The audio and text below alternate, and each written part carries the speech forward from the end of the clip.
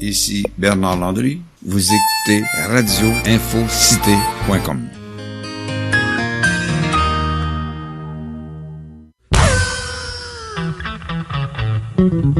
Tu manges du ginseng, tu pètes le jet set, ça a aucun bon sens, ça te chaîne des lunettes, t'es jamais content de ce que t'as, renifle ailleurs tout le temps, ou l'os sera plus gras, t'es un chien fou. T'es un chien fou, qui court partout pour bâtir le plus des empires, t'hésiteras pas à hésiter encore longtemps. Et bonsoir, mesdames et messieurs. On est le 13 février, donc l'avant-tiqueur, mon tiqueur.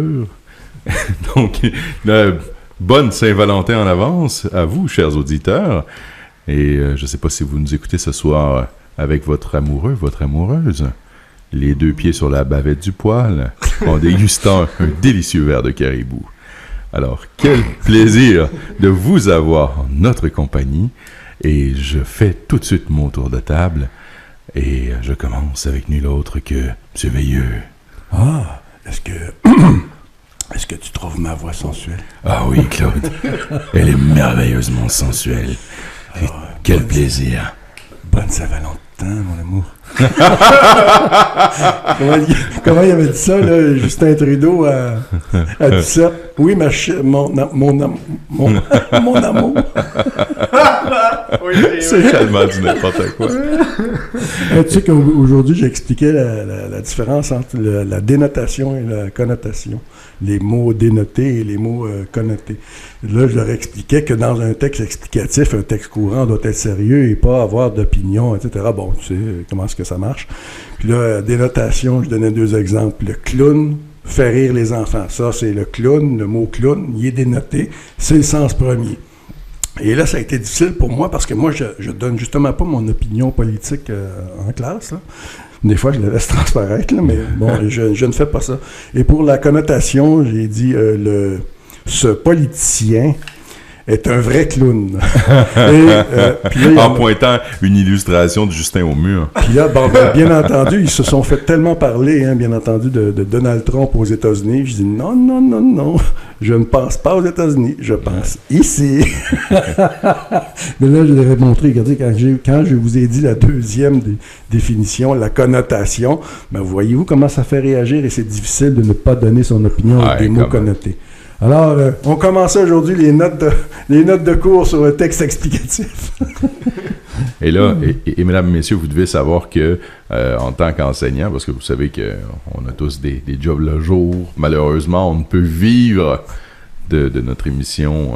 Toi, tu reçois pas de chèque, toi, de Radio Infocité? Écoute, oui. Moi non plus. En fait, je reçois... Je pensais que l'animateur avait le paye, moi. Je reçois une large rétribution extrêmement généreuse de la part de Radio Infocité que je m'efforce de réinvestir constamment. Ouais, des tapes dans le dos. C'est beau, mon Jack, continue, lâche pas. Donc, on a besoin de toi. Oui, et si vous avez des jeunes enfants à la maison, vous savez que... moi, tout le monde, des adolescents, vous savez qu'on est en fin d'étape, là, alors nous sommes tous... submergé par la correction. Moi, j'ai fini vendredi 4h. Notre commission scolaire, nous, on commence 2 jours avant vous. Alors, la 100e journée arrive avant. Et notre étape finit, donc la deuxième finit avant.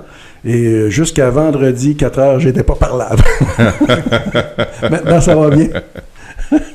Tu vois, je fais des farces. Je suis pas sûr que je faisais des farces comme ça mardi passé. Non, effectivement. Bon, ben, je vais essayer. Moi, je te dirais que c'est mon cas aujourd'hui. En tout cas, moi, sois assuré que je n'en fais pas. Bon, ben, mesdames et messieurs, auditeurs de Radio Infocité, je serai là pour égayer la soirée. Et on continue notre tour de table. On s'en va voir M. Dubé. Salut Christian, salut à tous les auditeurs, salut les gars, ça va bien? C'est pas possible. Arrêtez-moi quelqu'un. Je suis complètement déchaîné, mesdames et messieurs. Je vais te le répéter, moi, ça va très bien. Moi aussi, ça va très bien. J'imagine que tu veux savoir de quoi je vais parler cette semaine. Ben, écoute. Oserais-je? Bien sûr que oui. Alors, de quoi tu nous parles? Écoute, on va parler de l'industrie du numérique et ses tentacules un peu partout. On va revenir un petit peu sur le sujet et on va parler aussi du 500 millions des médecins qu'ont reçu les bébés gâtés de l'État. Fait qu'on va jaser de ça tantôt. Ben écoute, moi, on en reparlera, mais écoute, les médecins, pour leur part, c'est sûr qu'ils tirent sur leur bord de la couverte, on peut pas vraiment les blâmer de passer à la caisse de la sorte. Est-ce qu'on pourrait, par exemple, peut-être re-questionner les autorités politiques, je pense. Ben, quand on a un gouvernement de médecins, c'est ça qui arrive. Oui, absolument, absolument. Où ces politiciens sont des clowns. Tu vas nous parler aussi, je pense, de revenir sur Silicon Valley. Tu avais déjà abordé le sujet par le passé. Est-ce que c'est un autre aspect que tu veux dans le fond, c'est les dernières ça? nouvelles que je vais ressortir. Je vais reprendre des choses, puis on va faire des liens aussi avec ce qui se passe au Canada, au Québec. Tu nous parlais de la Roadster avec la... Oui, c'est ça. Le Tesla d'Elon Musk. Je vais parler de ça, puis je vais parler de Justin Trudeau. C'est 4 jours à Silicon Valley, à San Francisco. Et puis, c'est ça aussi, justement, là, il est allé rencontrer là, des grandes entreprises là-bas pour qu'eux autres puissent investir au Canada, c'est sûr. Hein? C'est toujours ça. Hein? Ben, écoute. Ils veulent nous vendre des bébelles. On aime ça, les bébelles. On aime ça, les bébelles. On aime ça être dépendant. On continue notre tour de table et on s'en va dans le tour virtuel puisque on va jaser à notre chroniqueur sport, Bob Sirois, qui est avec nous. Salut, Bob. Hey, salut les gars. Va bien ce soir? Merveilleusement. Salut, Bob. Fait que de quoi c'est que tu nous parles, cher Bob, ce soir? Comme je l'avais parlé la semaine dernière, les Jeux olympiques ont commencé et puis il y a un premier classement. Dès l'ouverture des Jeux, il y a un classement des médailles, mais là, il y a plusieurs médailles qui ont été données. Alors, je vais vous donner le classement du Québec, c'est-à-dire toutes les médailles qui ont été remportées par des Québécois, Québécoises au nom du Canada. Et ça nous place où ça sur l'échiquier mondial? Très hâte de savoir effectivement où ce qu'on en est dans ce classement international qui recoupe, ma foi, incluant le Québec, c'est 194 pays. Y a-tu les 180? Ben non, il n'y a pas 194 pays. Non, les Jeux d'hiver, c'est 80 quelques pays qui... Quand même! Hey, c'est du monde à la messe, ça, là. Hey, écoute, après la Coupe du monde de foot, après les Jeux olympiques d'été, c'est le 3e plus grand événement mondial sportif. Écoute, très très hâte de t'entendre parler de ça à 8h05. Donc, on jase ensemble, puis tu nous expliques ça plus en détail aux auditeurs et à nous. Alors, à tout à l'heure, Bob. Et, OK, les gars. À tantôt. Et pour ma part, je vous parle donc d'une chronique qui a fait beaucoup d'écho sur les réseaux sociaux et je parle ici du texte de Richard Martineau sur Confession d'un traître où il parle d'une certaine gauche. Alors, je me ferai un petit peu plus spécifique pour pas me faire garrocher des tomates par mon technicien. Et parlant donc de cette question identitaire, parce que vous savez que c'est un des sujets qui me tient beaucoup à cœur. Je pense que on doit revenir à l'identité québécoise, à une identité et à des valeurs qui nous sont communes à tous et arrêter de sectariser la société comme certains le font présentement. Et d'ailleurs, les fédéralistes se font un vilain plaisir à le faire et Justin Trudeau, déjà en partant, là, qui nous parle donc des Canadiens noirs qui seraient victimes de racisme et de cette transplantation donc de concepts qui se déroulent dans une autre société qui n'est pas la nôtre et qui est, comment dirais-je, transplanté au Québec et au Canada. Oui. Tu vas-tu nous parler des propos que Justin a eu en lien avec le procès du monsieur qui a tiré sur un autochtone, là? Et puis, vous avez pas entendu parler de ça? Oui. Oui. Non, en fait, je me souviens pas des propos de Justin à proprement parler sur le sujet. Mais j'imagine que... une polémique, là. Bref. Écoute, moi, ça m'intéresse de t'entendre là-dessus tantôt. J'ai pas fait...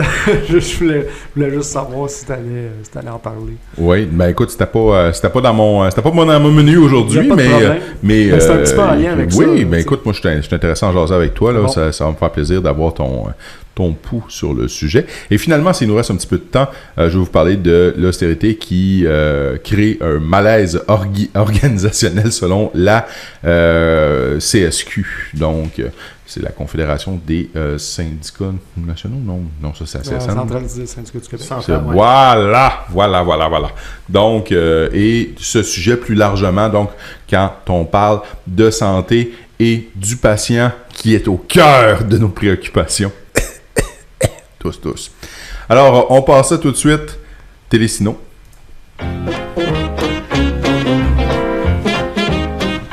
Danse. Joe Bailo.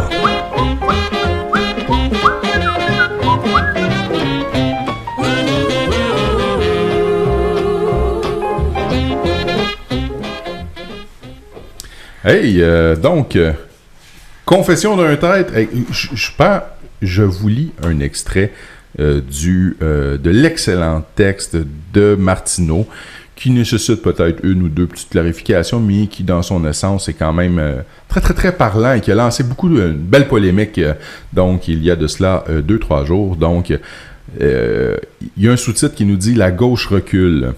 Et avant, la gauche combattait la censure. Maintenant, elle la réclame. Avant, la gauche ridiculisait la religion. Maintenant, elle protège les intégristes. Avant, la gauche souhaitait que les cultures se mélangent. Maintenant, elle appuie le communautarisme. Avant, la gauche était libertaire. Maintenant, elle est puritaine. Avant, la gauche voulait que les femmes se promènent les seins en l'air. Maintenant, elle veut que les femmes fassent preuve de pudeur et crient au sexisme dès qu'on voit un bout de cuisse. Avant, la gauche aimait les débats, les confrontations d'idées. Maintenant, elle réclame des safe spaces dans les universités. Avant, la gauche défendait les intérêts des petits travailleurs menacés par la mondialisation et l'ouverture des frontières. Maintenant, la gauche rêve d'une immigration massive qui tirerait les salaires vers le bas et ferait le bonheur du grand capital. Avant, la gauche défendait la laïcité. Maintenant, elle la condamne. Avant, la gauche se battait au nom de la nation. Maintenant, elle rêve de détruire la nation. Avant, la gauche était progressiste. Maintenant, elle est régressive.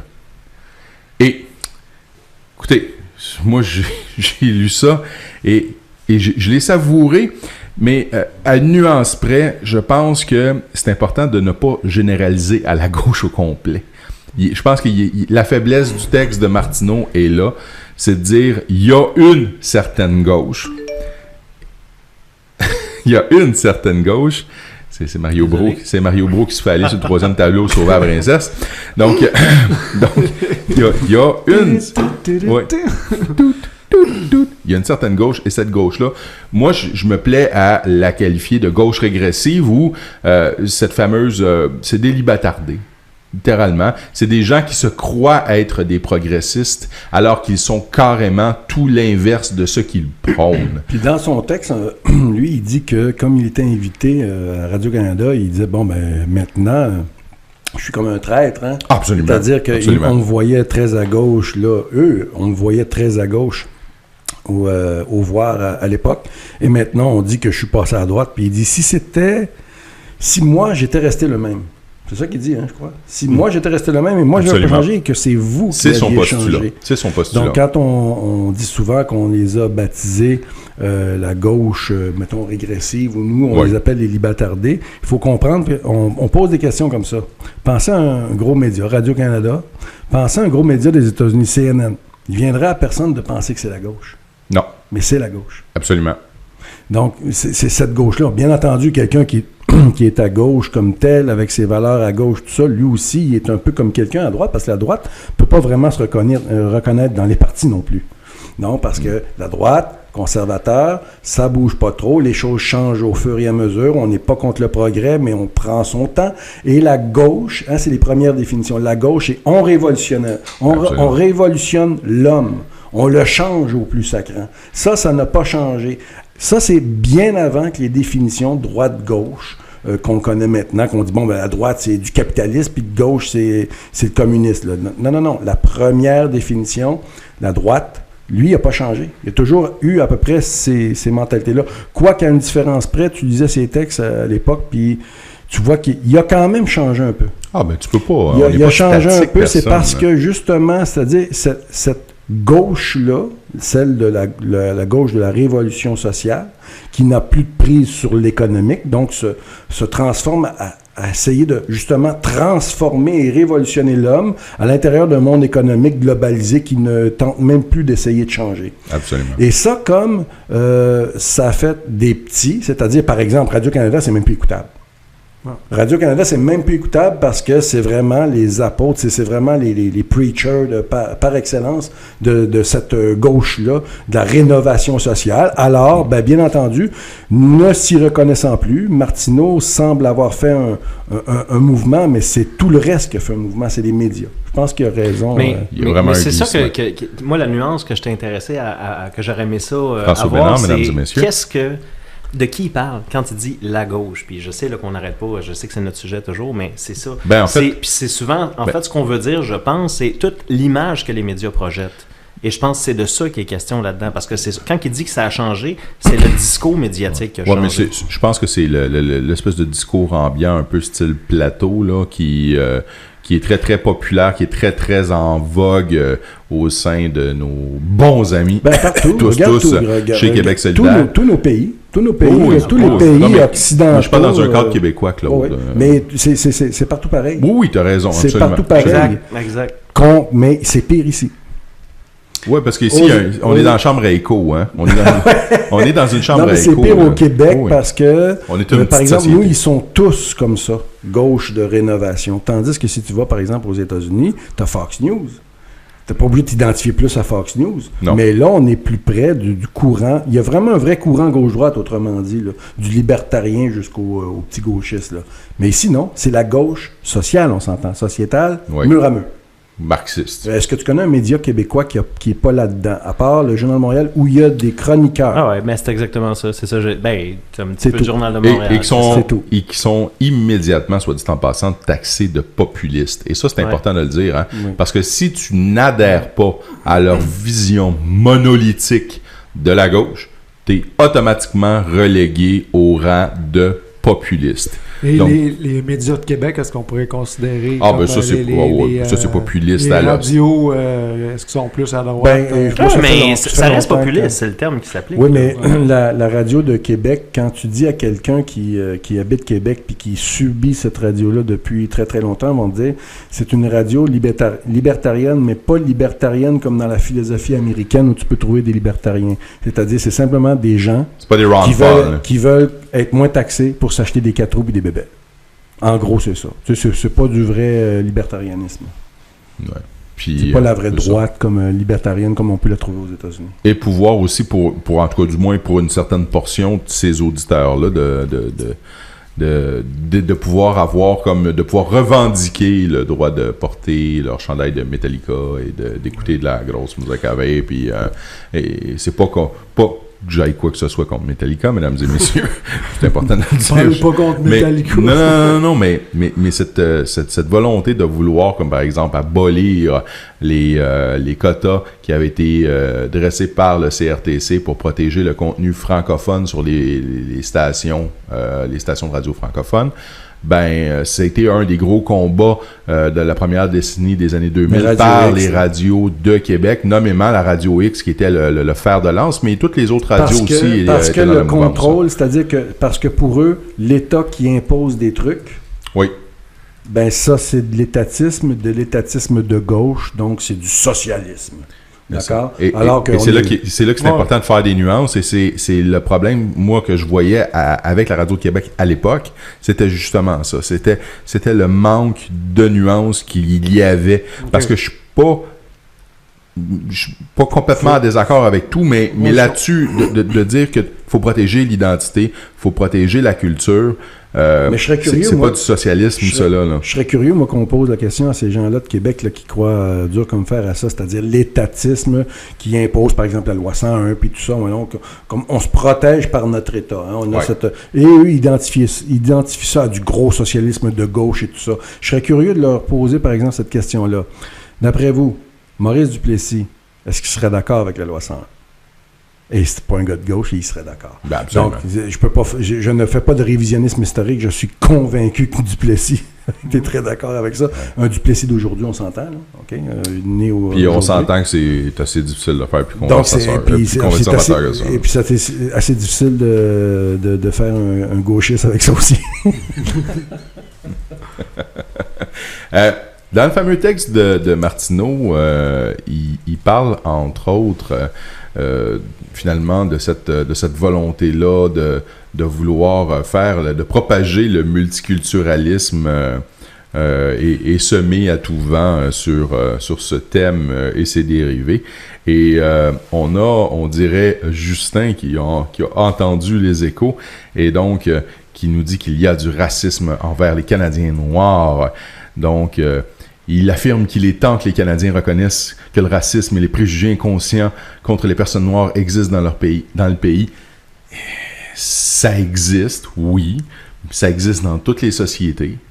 Il y a du racisme, puis pas uniquement envers les Noirs. C'en est un propos de cette nouvelle gauche là, qui veut rénover au plus vite, parce que il n'y a pas à dire, il y a une amélioration avec les années. Absolument. Et quelqu'un qui est plus à droite, puis qui est contre cette gauche sociétale-là, va combattre autant le racisme que eux. Puis eux, au contraire, je crois que politiquement, ils avivent, ils font renaître ces divisions-là et le racisme. Carrément. Parce qu'ils veulent tabler là-dessus comme étant un outil électoraliste pour le prochain scrutin. Et ça, les libéraux fédéraux et les libéraux provinciaux, les deux jouent sur la même corde. Exactement. Et qu'est-ce qu'ils font? Ils travaillent très, très fort pour prendre des problèmes qui appartiennent à une autre société, celle de nos voisins, celle des États-Unis, qui a été aux prises avec de l'esclavage pendant presque, 150 ans? 150 ans d'histoire, c'est pas 200. Et donc, jusqu'à l'abolition de l'esclavagisme. Puis bon, même à ça, il y a de la ségrégation qui s'est poursuivie jusque dans les années 60. Et je suis en mesure de vous le dire que c'est un problème qui demeure, le racisme et la ségrégation, même si elle est non officielle, elle existe dans plusieurs États du Sud. En Géorgie, par exemple, j'ai séjourné pendant quelques jours dans une ville en Géorgie et les Noirs et les Blancs complètement séparés. Je rentre dans un commerce, dans un dépanneur.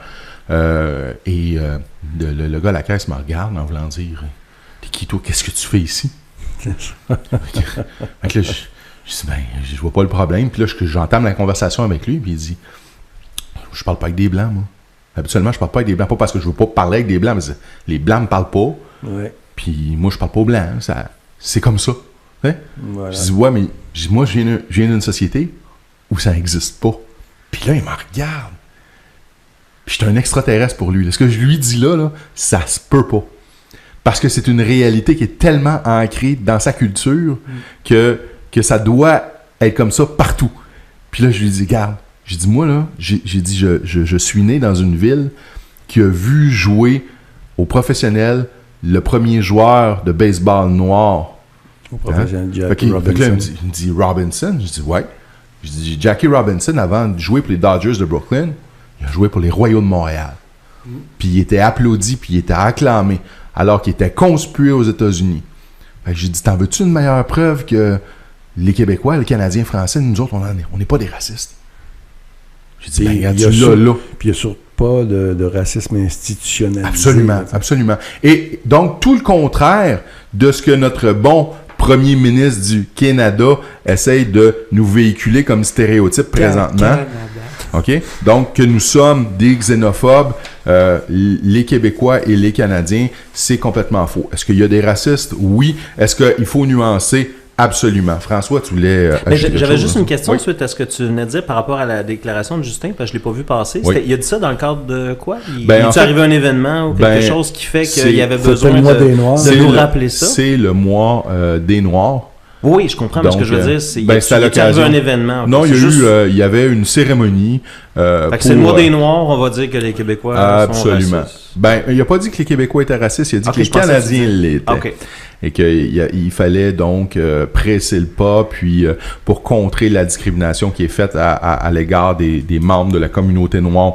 Et ça, c'est l'autre affaire qui maudit que ça me fatigue. Puis ça, c'est le multiculturaliste toujours, encore une fois, de sectariser, d'essayer de faire de subdiviser le Canada en sous-groupe, puis en sous-sous-groupe, puis en sous-sous-sous-sous-groupe, pour pouvoir comme viser une clientèle pour se faire élire aux prochaines élections. Vas-y, François. Oui, puis en fait, c'était un petit peu ça, parce que cette semaine, bon, il y a eu d'autres chroniques de Martineau qui ont parlé du cours SCR, je vais pas te parler de ça, mais j'ai eu pas mal de discussions sur le web. Tu vas pas nous en parler dans le cadre de ta chronique éthique et culturelle. Éventuellement. Mais c'est pas ça que je veux dire. J'ai eu une discussion là-dessus, justement, sur la signification de ce que c'est multiculturalisme. Puis il y avait quelqu'un qui disait que le cours SCR devrait être aboli, puis qu'on est en train de vendre le multiculturalisme. Bon, évidemment, je défendais ça. Je disais que c'est complètement faux, puis c'est pas vrai. Fait que là, quand j'y ai dit, j'ai dit c'est pas vrai, j'ai dit je suis d'accord pour dire que le multiculturalisme sur le plan politique c'est de la merde, mais je dis faut le différencier de l'ouverture sur la diversité, parce que le Canada comme le Québec a toujours été ouvert sur cette dimension-là. Je veux dire la diversité culturelle, on a toujours baigné là-dedans, puis tu le disais tantôt, c'est exactement ça, puis il faut faire cette nuance-là. Et là le monsieur de répondre, il me dit OK, ben je te vois venir d'abord, tu vas venir me parler d'interculturalisme. Et que là, j'ai pensé à nos discussions d'antan. J'ai dit non. En fait, j'ai écrit ça mot pour mot. J'ai écrit non, same shit. Puis, en voulant dire que c'est... Non, je veux dire, sur le plan strictement politique, je pense que c'est la même chose. Puis ça, je suis parfaitement d'accord. C'est le multiculturalisme version québécoise. Mais c'est parce qu'encore, je te le dis encore, parce que je voyais les gens réagir sur les réseaux, puis quand on dit multiculturalisme, puis quand on dit ils pensent qu'on est contre l'ouverture sur la diversité. Mais t'as raison, François, mais le problème, c'est que c'est aux politiques, en particulier les politiciens nationalistes québécois qui devraient absolument faire un travail de pédagogie pour éduquer la population. On parle tellement dans le vide. C'est-à-dire que moi, j'ai étudié ça comme il faut, la loi sur le multiculturalisme canadien. Puis à chaque fois que tu viens pour parler de ça, tu es obligé de leur dire que c'est dans la loi. Et c'est simple. C'est d'une simplicité mortelle. Le multiculturalisme, c'est l'obligation aux agents, tout ce qui relève du fédéral, de donner des services à chacun de leurs citoyens, en les traitant égaux, mais surtout en considérant leur nation puis leur culture d'origine. Autrement dit, si tu viens du Pakistan, t'es pas un Canadien comme les autres, t'es un Canadien qui vient du Pakistan. Alors, si tu fais des demandes en disant au gouvernement, oui, mais moi je viens du Pakistan, il est obligé, le gouvernement, par sa loi, de considérer le fait que tu viens du Pakistan. C'est ça, le multiculturalisme, et c'est pas autre chose. Ça t'accorde. Mais je pensais pas que c'était quelque chose qui était ancré dans la loi. C'est dans la loi. C'est tel quel dans la loi. C'est comme ça que ça marche. C'est tel quel dans la loi. C'est comme ça que ça marche. C'est pas pour dire « Ah, tu viens d'ailleurs, tu vas avoir les mêmes droits que nous autres ici. » Non, non. Tu viens d'ailleurs, tu me poses une demande, puis je dois considérer que tu viens de ça, que tu viens d'une culture particulière pour t'accorder ce que tu me demandes. Et quand Trudeau nous parle du Canada comme un État post-national, c'est exactement ça que ça veut dire. Ça veut dire donc qu'il existe dorénavant de multiples communautés qui coexistent, et ceux qui ont construit le Canada et le Québec, okay, donc les Canadiens français, les Anglais et les Autochtones, sont évacués. En fait, on va préserver les Autochtones. On va préserver les Autochtones parce qu'ils sont tellement peu nombreux que ils servent de vitrine, en fait, au multiculturalisme pour montrer la diversité. Puis on s'entend-tu qu'historiquement, ils se sont fait ramasser, puis pas à peu près, là aussi. Mais ceux qui font les frais de ça, c'est qui, ultimement? C'est les francophones, parce que les anglophones, étant donné qu'ils sont la culture quand même majoritaire, ne sont pas mis à risque. Alors que les communautés francophones, partout à travers le Canada, qui sont déjà faméliques, eux se voient encore plus diminuer au niveau de leur pouvoir puis de leur influence, parce qu'on leur donne la même importance que les gens de la communauté. Je sais pas moi, on parlait de Pakistanais, allons-y avec le Pakistan, on pourrait y aller avec le Bhoutan, on pourrait y aller avec le Ghana. Donc les Franco-Manitobains sont aussi importants que les Ghanéens. Puis ça contribue, c'est divisé. Et c'est la politique parfaite pour un empire. Parfaite pour un empire. C'est divisé pour mieux régner. Toi, mettons, comme Québécois ou comme Canadien, tu voudrais... On va prendre l'exemple québécois. Tu veux construire un État national québécois, tu le construis d'abord sur un fondement avec une histoire, puis tout ça, puis un peuple majoritaire. Puis les autres peuples qui arrivent, les gens qui arrivent, ils vont aller se greffer, puis il n'y a aucun problème. Il n'y a personne qui parle de racisme. Mais juste de vouloir le faire, tu entres en contradiction avec le multiculturalisme.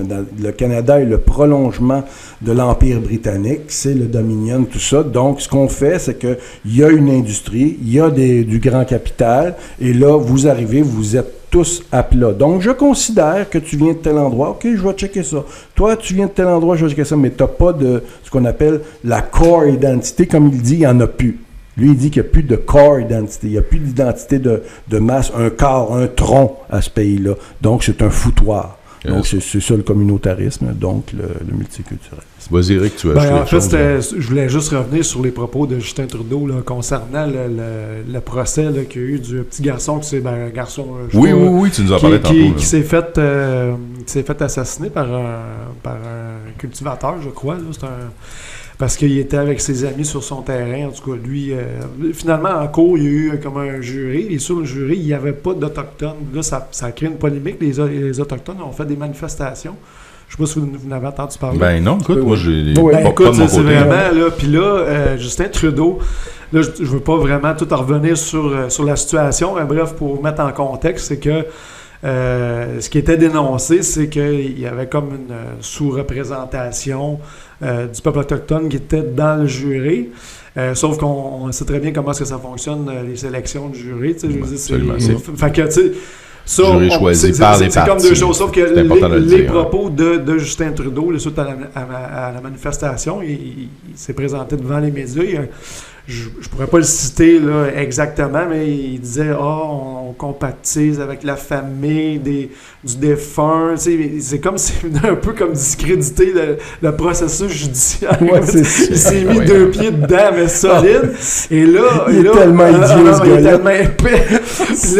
Puis là, ça a comme soulevé une polémique. Puis là, on parle même de... mais là, c'est parce que là, si on fait... si on fait des sélections pour des jurés, mettons, si on va juger, mettons, un Autochtone, si on va juger un Pakistanais, si on va juger... est-ce que ça va prendre des Pakistanais? Oui, ça va se rendre. Mais c'est ça, mais là, c'est toute cette polémique-là qui vient de sortir suite à qu'est-ce que... Ça prendrait des changements législatifs importants pour faire une chose comme ça, parce que la composition, la sélection d'un jury se fait par le procureur de la défense. Exactement. Et par le DPCP, par exemple, au Québec, qui ont donc l'avocat de la couronne. C'est ce qu'expliquaient les avocats là, qui étaient spécialistes. Mais il va y avoir des demandes en ce sens. Oui, c'est clair. Parce que quand on parle de cette gauche qui veut tout révolutionner, là, qui arrive en partant sur des fausses prémices, ils vont continuer. Ah non, écoute. Une fois que la brèche est ouverte, c'est-à-dire une Comment fois... tu dis ça, Claude Veilleux? Il faut la récréation, il faut siffler la récréation. Moi, je pense que, sincèrement, je le dis souvent, à un moment donné, il va falloir siffler la fin de la récréation, puis quand tu parles de ces sujets-là aux gens, tu t'intéresses à des choses, c'est pas important, ça, non, mais ça va tellement miner notre pays, on va parler du nôtre, là, le Québec, là, ça va tellement nous miner que ça va nous miner jusqu'à dans nos emplois, dans la cohésion sociale et tout, et tout. On va devenir un pays, tu sais, on dit souvent une république de bananes, là. Ces gens-là travaillent à faire des républiques de bananes, c'est ça qui va arriver. C'est vraiment ça qui va commencé arriver. avec on pourrait dire la tyrannie de la minorité. Là, oui, c'est toujours la minorité qui donne le ton sur la majorité. Voilà. Il y a tout l'aspect collectif, la cohésion sociale. Tu parles de collectivisme, tu es un communiste. Mais je pense que c'est important ce que tu dis parce que il faut être capable de faire une nuance puis dire il faut retrouver un esprit de corps, un esprit de peuple. Oui, c'est ça. Puis de parler. Quand on parle des hommes qui composent notre société, on parle des femmes qui composent notre société, on parle de toutes les ethnies qui composent notre société, qui travaillent à construire puis à bâtir jour après jour notre société. Faut arrêter de... Indépendamment du projet nationaliste. Est-ce que vous avez vu... la gauche syndicale. Est-ce que vous avez vu sur FB, il y a quelque chose qui court, ça vient d'un Français d'origine arabe, qui a fait une vidéo où il commence par dire « Nique la France », il crache, puis il monte le doigt d'honneur, puis ça, c'est pour attirer l'attention, puis après ça, il dit « Ah, non, je rejette tout ce que je viens de dire là ». Puis là, il y a un drapeau français, puis il dit « Moi, je l'aime, mon pays, la France ». Puis il dit « On fait tout ça pour nous diviser ». Lui, il fait sa vidéo comme ça, mais en gros, en France, qu'est-ce qui se passe? Qui finance tous les petits beurres, les petits Africains, là, qui a la casquette à l'envers, qui jouent au rapper américain? Qui finance ça pour dire « Nique la France », Nique la France? Les Rothschild. C'est le grand capital. Le grand capital multiculturaliste qui fait ça. Donc, c'est pour créer la division. C'est pas vrai qu'il va y avoir une cohésion sociale avec le multiculturalisme et compagnie. Là. Puis t'as pas besoin il n'y en a pas rien qu'un. C'est un système. Hein, c'est un système. Et on finance ces gens-là pour venir cracher à la gueule de la France comme telle. C'est parce que on veut ériger les peuples les uns contre les autres. Ceux qui vont faire ce diagnostic-là vont dire « Ouais, mais justement, il faut plus de multiculturalisme, plus d'ouverture sur le monde. » Non! Le contraire. Tu arrives dans un pays, il faut que le plus rapidement possible, tu t'assimiles. C'est plate, mais c'est comme ça. Donc, si tu veux plus utiliser le mot assimiler, parce que toi, tu es un Québécois puis tu veux pas te faire assimiler par les Canadiens anglais, tu as une mauvaise expérience du mot. Il faut parler d'intégration. L'important, c'est que quand tu arrives dans un pays, ben, c'est justement la majorité des gens qui arrivent d'un autre pays pour aller dans le pays, c'est pour, à terme, à un moment donné, que leur enfant, à tout le moins, parce que tu sais que quand tu pars de Roumanie à 30 ans, puis tu arrives, là, puis tu es rendu à 40, 45 ans, ben toi-même, tu vas toujours rester roumain. Une partie de Québécois. Mais tes enfants vont devenir Québécois. Moi, je vais... c'est comme ça que ça marche. Tu veux parler d'interculturalisme?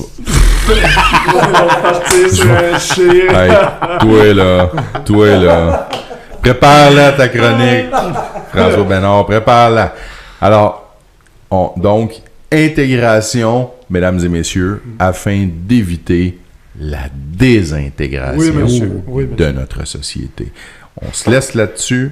On passe à une pause et on vous revient dans 2 minutes avec la chronique d'Éric Dubé.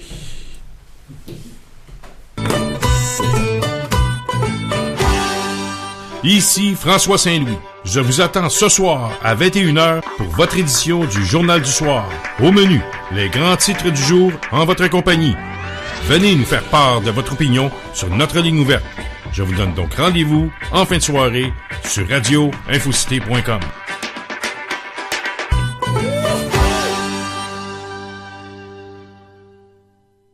Vous écoutez Radio Info Cité, la radio branchée sur l'actualité. Ici François Saint-Louis. Du lundi au vendredi à 21h, joignez-vous à moi pour le bulletin d'information de radio-infocité.com. Tout peut y passer. Sport, politique, sexe et pâté chinois. Le Journal du Soir est votre rendez-vous en fin de soirée sur radio-infocité.com.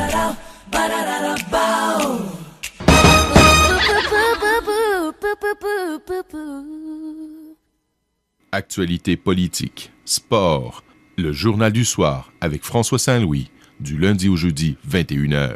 Vendredi, toujours le Journal du Soir, mais spécial fait historique.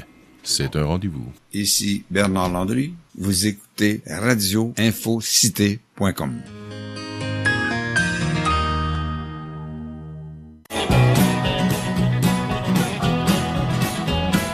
Le courant passe, reste à choisir un chemin. On branchera nos radars dans 220. Ouais, mais le radar dans le 220, là, ça dégage des ondes électromagnétiques. Il va falloir se faire des casses avec du papier d'aluminium. Ouais. Avec du foil. Sors le foil, Éric. Tu vois, moi, je suis tout en complexité, en dichotomie. Je veux dire, j'ai plein de contradictions. Hein? Parce que je parle de la Silicon Valley, de l'industrie du numérique et des ondes électromagnétiques. Et on se sert des ondes satellites pour diffuser notre message. Mais non, mais je veux dire, c'est comme ça. Hein? Moi, j'aurais jamais pensé un jour de me retrouver sur YouTube. Mais moi, Éric, je dirais que t'es un être de nuances. Ouais, je suis plein de nuances. Quand on m'a demandé de faire des chroniques, je pensais pas de me retrouver avec une caméra sur les réseaux sociaux. Non, on l'avait pas l'année passée non plus. Non, c'est ça m'a toujours... J'étais un petit peu traumatisé quand tu m'es arrivé avec la caméra dans la face, François. Mais c'est ça, fait que... c'est ça, moi, cette semaine, ce que j'ai à vous proposer à la chronique Sanso Enviro, pour les auditeurs qui ne savent pas, Sanso Enviro, c'est santé, société, environnement. Oui, merci. Parce que dans le fond... cette précieuse précision. Oui, c'est ça. Puis moi, ce que je pense, c'est que la santé, l'environnement et la société, ne fait qu'une. Tu sais, ça fait... c'est un tout. Fait que c'est pour ça que j'aime ça parler de ce genre de sujet-là. Et aujourd'hui, on va aborder... des petites nouvelles, des petites brèves que je vais discuter un peu. En fait, est-ce que vous avez entendu parler de notre Elon Musk? Il y a M. Tesla? Oui, oui. Toi, tu en as entendu parler parce que je pense que tu l'aimes beaucoup, lui, hein? Ben oui, ben écoute, j'admire Musk pour tout ce qu'il a fait. Regarde, petit cul qui est parti de presque rien, de l'Afrique du Sud. Qui a fait un qui a fait un gros coup d'argent. Qui a fait un gros coup d'argent, donc avec une invention qui il va se servir de cet argent-là, puis il va investir ça et ça va se transformer en PayPal. Oui, c'est ça, exactement. Et à partir de PayPal, ça fait boule de neige. Initialement, il avait juste hérité, je pense, avec son frère. Lui et son frère qui avait hérité d'un montant. Je pense que c'est peut-être XCOM, la première compagnie. Oui, il avait hérité d'un petit montant de 20 000 $. Il est devenu Confinity, puis ça, c'est devenu PayPal. Bref, écoute, c'est un success story incroyable. Donc, il fonde Tesla Motors et par la suite SpaceX. Oui. Et donc, avec ce rêve de geek, de vouloir changer le monde. Le rêve de la Silicon Valley. Mais c'est pas juste le rêve. Même s'il vient pas de là, mais c'est quand même... Je pense que c'est le rêve de bien du monde. Moi, écoute, avoir ses moyens, c'est clair que ça serait le genre de choses que je rêverais de faire. Là. Tu dis, hey, moi, là, non seulement je veux laisser ma marque, mais je veux essayer d'avoir un impact positif sur le monde. Fait que là, tu me dis, ouais, mais il y a toutes sortes de façons, tu pourrais nourrir la population mondiale, etc. Ouais. Oui, il y a ça, là, mais il y a l'avancement aussi de la connaissance humaine, puis la survie même de la civilisation humaine. On pourrait s'en reparler, là. Oui. Mais je pense qu'il veut plus vendre son char que d'autres choses en l'envoyant dans l'espace, là. Tu penses que ça l'inquiète tant que ça? Moi, je pense que c'est... Son véhicule, là, le carnet de commandes est déjà rempli pour les prochaines années.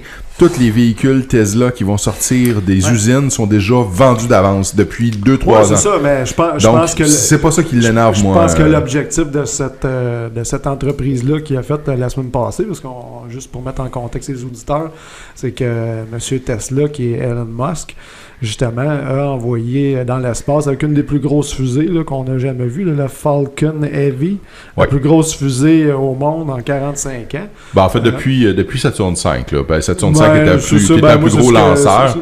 Était un plus gros lanceur que la Falcon Heavy. Et là, il y a une autre fusée qui est en développement présentement par Musk, hein? La BFR. Tu sais que SpaceX a des contrats avec la NASA. Hein? Oui, ben absolument. Ça, c'est ça. Pour mettre en contexte là, M. Tesla, ben, moi, je pense que c'est ça. C'est un coup de publicité pour la vente de son véhicule. Mais c'est ça, contrairement à ce que mon collègue dit, moi, je pense que c'est toujours pour faire de l'argent. Et il est pas là pour se mettre pauvre, là, on s'entend. Mais... Et puis quand on me dit c'est pour contrer les changements climatiques, on va s'en reparler. Parce que, je veux dire, toute l'industrie des technologies au niveau... Des hautes technologies. Pas juste des hautes technologies, mais plus au niveau qui est redéfini au niveau énergétique, qu'on change du pétrole à l'énergie qui est dite verte. Toutes ces compagnies-là, même les mines qui vont produire du graphite, nous rabrouent avec l'argument que c'est pour l'environnement. Mais on sait tous que ça prend une ressource pour extraire puis faire des batteries de char. Je veux dire, à un moment donné, on s'en sort pas. Mais bref, je voulais juste qu'on... C'est ça, c'est juste pour le mettre un petit peu sur... Puis faire le lien aussi avec la semaine passée, notre ami Justin Trudeau. Justin Trudeau qui a passé 4 jours parce que là, on a parlé de M. Elon Musk qui est un produit de l'industrie du numérique. Mais Justin Trudeau qui est allé à San Francisco pendant 4 jours. Hein, on sait qu'est-ce qu'il est allé faire pendant 4 jours. Il est allé faire la promotion du Canada et venez les grandes compagnies, c'est ça, comme un venez chez nous. Là, on va vous donner des crédits de taxes. On va vous donner des crédits de taxes, exactement. Il a rencontré eBay, il a rencontré Amazon aussi. On sait que dernièrement, même ça a sorti au niveau des communications, là, le premier chef d'État congrès, au niveau des communications avec Amazon, il y a eu 99 rapports de communication avec Amazon dernièrement, des lobbies avec le cabinet, je pense, du premier ministre, pour justement là, que Amazon soit installé à Toronto. Même on parlait de Montréal à un moment donné. Mais c'est ça. Pour vous rappeler, M. Trudeau, c'est le premier ministre, c'est le chef d'État de la Silicon Valley. Tu sais, parce qu'on parle souvent que c'est la marionnette des compagnies qui produisent du cannabis, mais c'est la marionnette aussi de la Silicon Valley. Dernièrement, j'ai fait une chronique sur le documentaire Buy d'Alexandre Taillefer, qui est un produit aussi du numérique. Buy, qui est un documentaire sur la dépendance aux jeux vidéo. Et c'est toute cette industrie-là que Justin Trudeau personnifie au Canada, hein, c'est ça? Ouais. Et avec ses selfies, là, c'est tout un instrument de vente. Là. Moi, je vais vraiment plus loin dans cette... Et j'ai su dernièrement, pour vous démontrer encore plus que cette industrie-là a ses tentacules dans le gouvernement canadien, j'ai su que attendez une minute, la chef de cabinet Leslie Church, de la ministre Joly, OK? C'est son bras droit, là, a travaillé pour Google. Google, a travaillé pour Google. Fait que, on voit toute l'industrie qui est dans la machine gouvernementale et on sait ce qui est arrivé avec l'entente Netflix, qui est une entente confidentielle, hein, qu'on n'a pas d'informations là-dessus, hein. Netflix, là, qui supposément qui a des ententes de 500 millions pour du contenu culturel, hein, fait qu'on va acheter les artistes et tout ce qui est...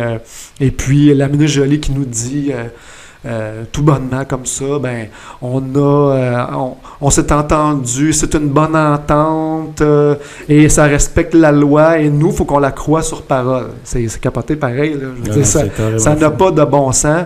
Comment l'industrie du numérique, l'industrie des hautes technologies... Mais tu sais, ce qu'ils jouent, hein, par exemple, en Europe... Et c'est des mondialistes aussi. Oui, quand on parle de multiculturalisme, c'est des gens qui s'inscrivent exactement là-dedans. Les Elon Musk, là, c'est du multiculturalisme. Ces gens-là s'inscrivent, Trudeau le premier, joue, en tout cas à tout le moins, consciemment ou inconsciemment, joue le jeu de ceux qui veulent d'une gouvernance par les corporations. Absolument. En ne taxant pas, en faisant en sorte qu'on ne taxe pas Netflix et autres, c'est à ça qu'on joue. C'est ça. Moi, l'État post-national, hein? Oui, c'est ça aussi. J'admire... Il n'y a plus de frontières. J'admire le génie puis le leadership du gars. Je ne suis pas effectivement nécessairement... J'adhère pas nécessairement à, effectivement, quand tu parles de multiculturalisme, moi, c'est mes adversaires. Mais je pense qu'il faudrait quand même ne pas mettre sur le même pied Elon Musk et Justin Trudeau. Ils ont quand même des agendas différents. J'ai un certain malaise. Mais quand même, il s'inscrit... Le néolibéralisme... Le néolibéralisme, c'est ce qui est véhiculé mur à mur. Oh oui.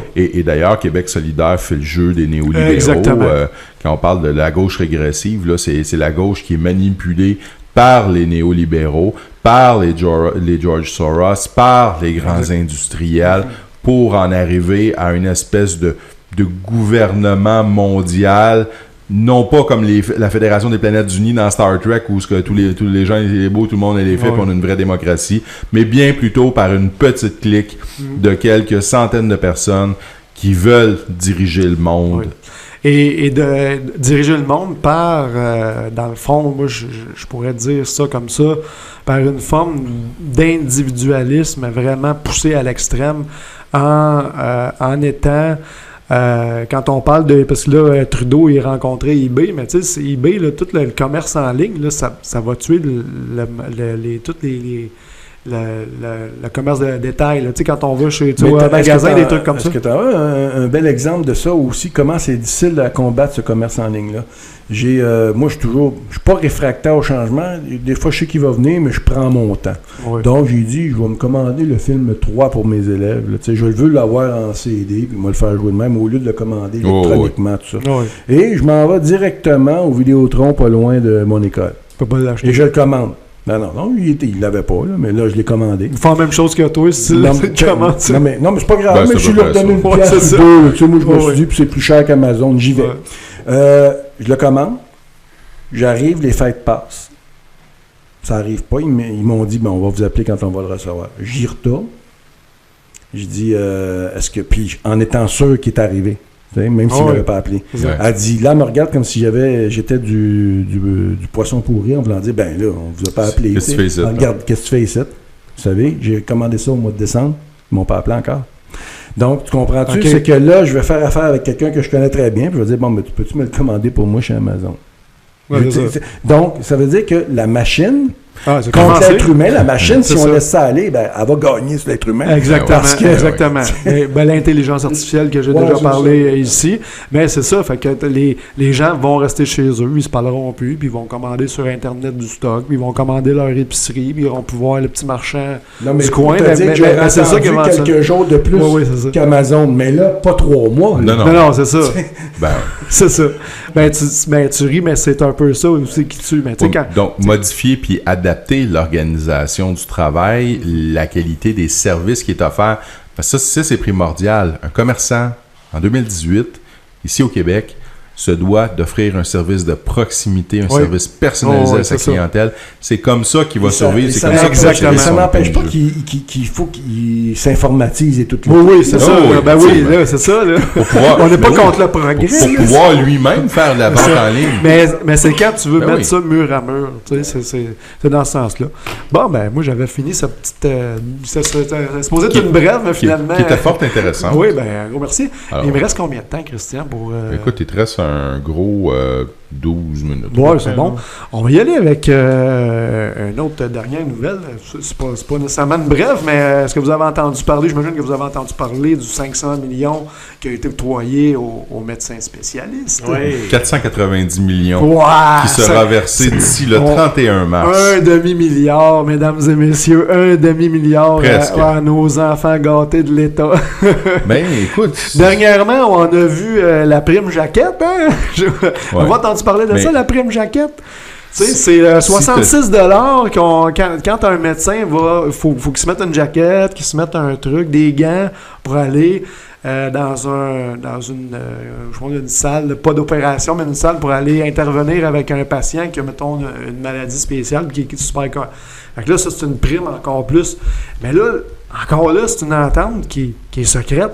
On n'a pas d'informations. Ça sort par bride. Mais c'est ça, quand on a un système de santé, qu'on a laissé notre santé dans les mains d'une élite comme ça qui contrôle, là on le voit, il contrôle le gouvernement et qui est contrôlé aussi par l'industrie pharmaceutique. J'en ai parlé à maintes reprises à Radio Infocité ici. Moi, je blâme pas les médecins. Moi, je te dis, là, je blâme pas les médecins. Écoute, les médecins sont... Ah non, mais écoute, là, à un moment donné, les autres s'essayent, ils demandent, puis ils obtiennent. Là, tu vas me dire, ouais, mais là, c'est le gouvernement qui est composé puis qui est dirigé par des médecins. Je me dis, oui, t'as raison. Mais c'est qui les a élus? T'as tout à fait raison. Mais c'est encore là... c'est ça. C'est en bout de ligne, là, à un moment donné, on a ce qu'on mérite. Il y a une majorité de la population qui ont voté pour ces gens-là. Ces gens-là ont pris le pouvoir. Ouais. Et là, ces gens-là, comme, donnent largement. C'est à nous autres, aux prochaines élections, Éric, de débarquer ce monde-là. Tu as fait raison. Mais le problème avec ça, c'est que les médecins, surtout la Fédération des médecins spécialistes du Québec, qui ont eu justement ce 500 millions-là, il y a eu une entente là, au mois d'octobre avec la FMOQ, la Fédération des omnipraticiens du Québec. C'est la même chose. Les deux représentants syndicaux, et je le répète, je vais le répéter souvent à Radio Infocité, puis il faut mettre ça en perspective. Là, quand on va sur le site de la RAMQ, là, OK? La mission de la RAMQ, là, c'est d'assurer, au niveau de l'administration, là, d'assurer le salaire des professionnels de la santé. Et ceux qui sont sur le conseil d'administration, on a le président de la FMOQ et Mme Diane Franqueur, la présidente de la FMSQ du Québec.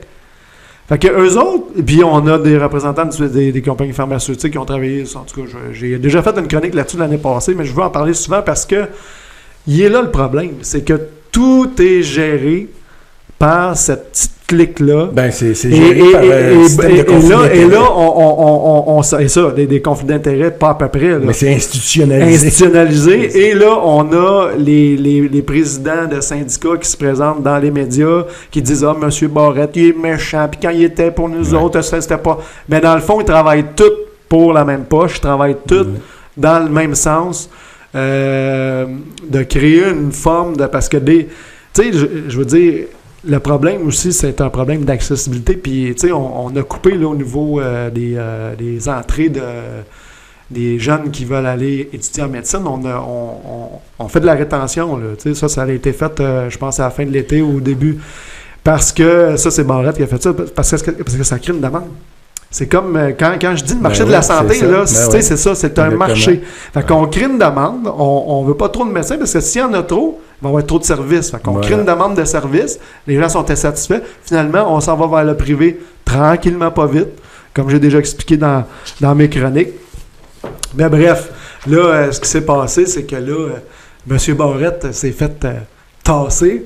Et c'est M. Couillard qui est allé négocier ça avec les médecins. C'est pas la première fois, là. C'est la deuxième, c'est pas la troisième fois que Barrette c'est ça. Puis même que quand c'est sorti vendredi passé, M. Barrette, là, moi, en passant, là, j'ai fait cette chronique-là le matin parce que quand ça a sorti hier, là, je disais là, je pense que je vais changer de chronique parce que j'étais supposé de parler de Mme You2, là, qui avait trouvé le remède du cancer, mais finalement, je vais remettre ça la semaine prochaine. Fait que finalement, M. Barrette s'est fait tasser et M. Couillard est allé négocier ça avec les médecins.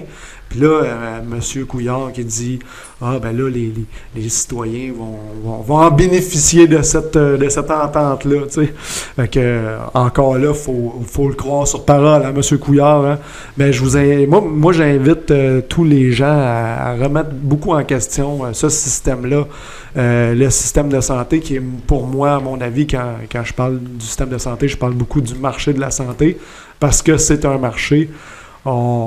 J'ai fait des liens avec l'industrie pharmaceutique, j'ai fait des liens avec justement là, des comme tu disais tantôt, Claude, là, du copinage, là, mais c'est finalement institutionnalisé. C'est ça, c'est du conflit d'intérêts institutionnalisé, là, c'est ça. Fait que c'est un peu ça. Fait que moi, dans le fond, je m'inscris en porte-à-faux par rapport à ça parce que je pense qu'on pourrait investir beaucoup plus dans la prévention et on pourrait aussi avoir des ententes, tu sais, parce qu'on a une problématique aussi de médecins qui quittent le Québec.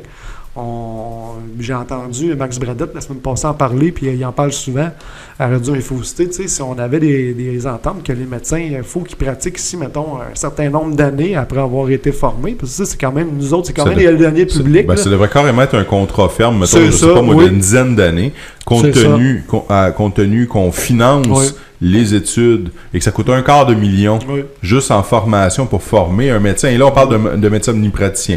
Parce que si on parle d'un médecin spécialiste, ça peut monter 350, 400 $400,000 à former. Donc, ça devrait être effectivement un contrat, un petit peu comme l'armée canadienne fait finalement quand ils veulent former un officier ou ils forment un soldat. Ils lui donnent un contrat signé, ferme pour 5 ans, tu nous appartiens. Puis on va te payer décemment, on va t'offrir des bonnes conditions de travail, mais en échange, tu es à nous autres les prochaines années parce que tu vas redonner à la société qui t'a formé. Effectivement, ça serait la base. La base, là. Puis de un, puis de deux, l'autre problème qu'on a, c'est les infirmières. Exactement, avec ce qui s'est passé, tous les scandales qu'il y a eu il y a la semaine passée. Écoute, l'argent dans le système, là, il en manque pas. Il y en a trop. Il y a trop d'argent dans le système. Le système de santé, tu veux dire? Oui. Il y a trop d'argent dans le système de santé. Qu'est-ce que tu veux dire? Il est mal réparti. OK? L'argent se perd. Regarde, c'est comme nous autres en éducation. En éducation, là, l'argent là, est mal réparti. C'est une espèce de pyramide inversée. Donc, tu as une grosse enveloppe de plusieurs milliards de dollars. Puis là, ben, on dirait que l'argent se perd. Au fur et à mesure que les paliers descendent, ça s'en va vers les services. Ouais, tout le monde pige dedans. C'est ça. Donc, tu connais l'anecdote de René Lévesque quand il va, je pense, en Danemark ou en Norvège à l'époque. Non, mais non. Il a fait visiter ce qu'il croit être le ministère de l'Éducation. Il se rend, je sais pas, au 5e étage. Puis là, il dit, bon, ben là, je visite le ministère de l'Éducation. Là, il voit ça. Il rentre dans la place. Il dit quoi? Il y avait 7-8 secrétaires, 15 employés en tout. Puis là, ils s'en vont au 4e. Puis là, il dit, OK, je pensais qu'il y avait juste ça d'employés, une quinzaine d'employés sur le bureau du ministère de l'Éducation pour une population à peu près grande comme le Québec. Je pense qu'il devait être au Danemark. Fait que là, il descend au 4e étage, puis il dit, bon, ben là, il dit, l'éducation. Non, il dit, ici, c'est le ministère des Finances. OK, c'est ça. Donc, tu vois-tu, nous, on engraisse. Trop de structure. C'est la machine à saucisses. Et la machine à saucisses... La maison des fous, gobe l'essentiel des ressources. De sorte que quand... Ils n'ont plus de payer les infirmières. Ouais. On arrive en bas, ben effectivement, on n'a plus d'argent pour les infirmières. Puis en éducation, ben on se ramasse avec des dictionnaires qui datent de 1994, dans lesquels il n'y a même pas le mot Internet. C'est ça. Et ce n'est pas parce qu'il manque de ressources, parce que tu t'en vas dans certaines commissions scolaires et tu vas voir sur le comptoir, la secrétaire, l'adjointe administrative, l'ordinateur qu'elle a un écran de 28 pouces avec une machine dernière cri sur laquelle elle peut jouer à Battlefield ou au dernier jeu d'ordinateur alors qu'elle n'en a pas du tout de besoin. Ça répond pas du tout à ses besoins. Et dans les écoles, ben, tu as du matériel qui date d'avant que la mère morte tombe malade. Hein, vous savez qu'en informatique, un logiciel de 4 ans, c'est un logiciel qui date d'avant que la mère morte tombe malade. Là. Ben, c'est un petit peu la même chose qui se produit. Il y a certaines commissions scolaires qui se ramassent avec des logiciels qui fonctionnent avec des logiciels qui datent d'il y a 15 ans, qui ont été comme mis à jour. Mais c'est la même chose en santé, c'est la même chose partout. On pourrait même parler du système de justice aussi. Là. J'ai même entendu parler qu'il y avait des systèmes informatiques de DOT, ça se peut-tu? Oui. Ça n'a pas de bon sens. Écoute, dans le milieu médical, tout le monde marche encore avec des fax. Ouais. Avec des fax, c'est une technologie des années 80, on sert encore de ça, c'est pas informatisé. Donc, ils se faxent des requêtes. Fait que tu veux faire venir un dossier, le fax. Tu pourrais l'envoyer par PDF, non, c'est par fax. On est là. Ouais. Il est là le problème, puis la population québécoise est une population docile. Ouais. Elle en paye les frais aussi. Donc les frais. Oui, vous en payez les frais, puis vous allez continuer d'en payer les frais. Ouais. Parce que 28 heures d'attente dans une urgence, vous êtes tout bas. Qu'est-ce que tu veux que je fasse? Qu'est-ce que tu veux qu'on fasse? Mais en même temps, il faut faire attention quand on dit la population. Moi, j'aime plutôt m'attaquer à ce qui est censé être l'élite qui est issue de cette population. Exactement. Oui, c'est sûr. Oui. C'est sûr. Donc, c'est sûr et certain que quand on parle de ces problèmes-là avec des gens qui sont nos équivalents, qui sont dans le système, puis qu'on voit que ça ne les intéresse pas et que c'est un minimum des bacs, dans certains cas, ils ont des multiples études postsecondaires, puis tu vois que c'est signal radio. Ils sont encastrés dans leur routine quotidienne. Aussitôt que tu parles du réel politique, de ce qui se passe. Ils sont complètement déplugués. Ils sont préoccupés par quoi essentiellement? Ils sont préoccupés par ce qu'ils vont faire en fin de semaine, par les prochaines vacances, par le fait de changer de véhicule ou de faire une réno dans la salle de bain ou dans la cuisine. Mais de parler de questions de société, ça l'intéresse malheureusement très, très peu de monde. Et quelle est la fameuse phrase que tu vas te faire sortir? On changera pas le monde ce soir. Les politiciens sont tous pareils. Quand j'entends ça, là, je cours pour pas fesser. Je suis pas capable d'entendre cette phrase-là. On changera pas le monde ce soir. Mais pour en revenir à il me reste 2 minutes, c'est ça. Juste pour dire que M. Amir Kadir a fait une sortie aujourd'hui et il dénonçait cette clique-là, même lui qui est quand même un médecin. Amir Kadir, on peut être pas d'accord sur bien des sujets avec lui, mais dans certains cas... oui, il en sort des bonnes. Oui, c'est ça, puis il s'est pas gêné pour justement dénoncer certaines justement injustices ou il a fait sa rencontre de cuisine, il a rencontré 25 infirmières, mais il dit, moi, la différence, je peux aller dans leur cuisine, ils sont venus dans la mienne. Je sais pas. Il est cool pour ça. C'est ça. C'est ça. Fait qu'Amir Kadir a dénoncé ça, que c'était une clique qui menait toute cette... pour se négocier des salaires, en fait. Là. Parce que, justement, les médecins... Les présidents, la présidente et le président de la Fédération des omnipraticiens et la présidente de la FMSQ sont sur la RMQ et c'est eux autres qui gèrent les salaires des professionnels de l'État. Fait que, en même temps, c'est comme si, mettons, la présidente de la CSQ allait gérer les finances du ministre de l'Éducation. Il s'est mis un petit peu c'est n'importe quoi. Je veux dire, les gens, ils se rendent pas compte. Tu sais, quand on fait un peu de recherche, puis qu'on s'intéresse à ça, puis qu'on se questionne, à un moment donné, il va falloir que le monde se réveille, là, ça n'a pas de bon sens. Mais c'est ça. Fait que, dans le fond, c'était ma chronique de cette semaine. Je pense que... Tu vas bien réveillé, toi. Ah ouais? C'est bon. J'ai-tu entendu un petit bruit? C'est quoi ça? Mais c'est-tu un effet sonore? C'est pour la Saint-Valentin. OK. Oui, justement, pour la Saint-Valentin, peut-être en terminant, j'ai mis mon chandail des Patriotes. 15 février. Le 15 février, parce que le 14 février, c'est la journée de la Saint-Valentin. Mais il ne faut pas oublier nos Patriotes, le 15 février, la pendaison des Patriotes. Oui. Il faut commémorer ça. Il faut se rappeler que c'est des individus qui se sont battus pour nous. Ouais. Puis je pense que tous les gens de Radio Infocité, tous les auditeurs, ce sont des patriotes. Fait que bonne fête à vous, puis je vous aime. Bonne Saint-Valentin à nous tous, puis aux patriotes. Ouais. Ayez le cœur à la bonne place. Oui, le cœur vaillant. Oui. On passe à une pause publicitaire et on vous revient dans 2 minutes avec la chronique sportive de Bob Sirois.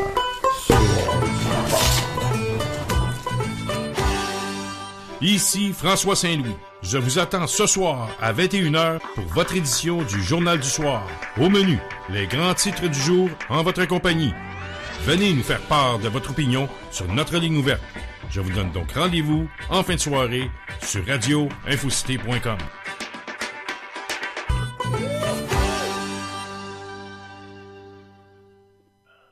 Vous écoutez Radio Info Cité, la radio branchée sur l'actualité. Ici François Saint-Louis. Du lundi au vendredi à 21h, joignez-vous à moi pour le bulletin d'information de radioinfocité.com. Tout peut y passer. Sport, politique, sexe et pâté chinois. Le Journal du Soir est votre rendez-vous en fin de soirée sur radioinfocité.com.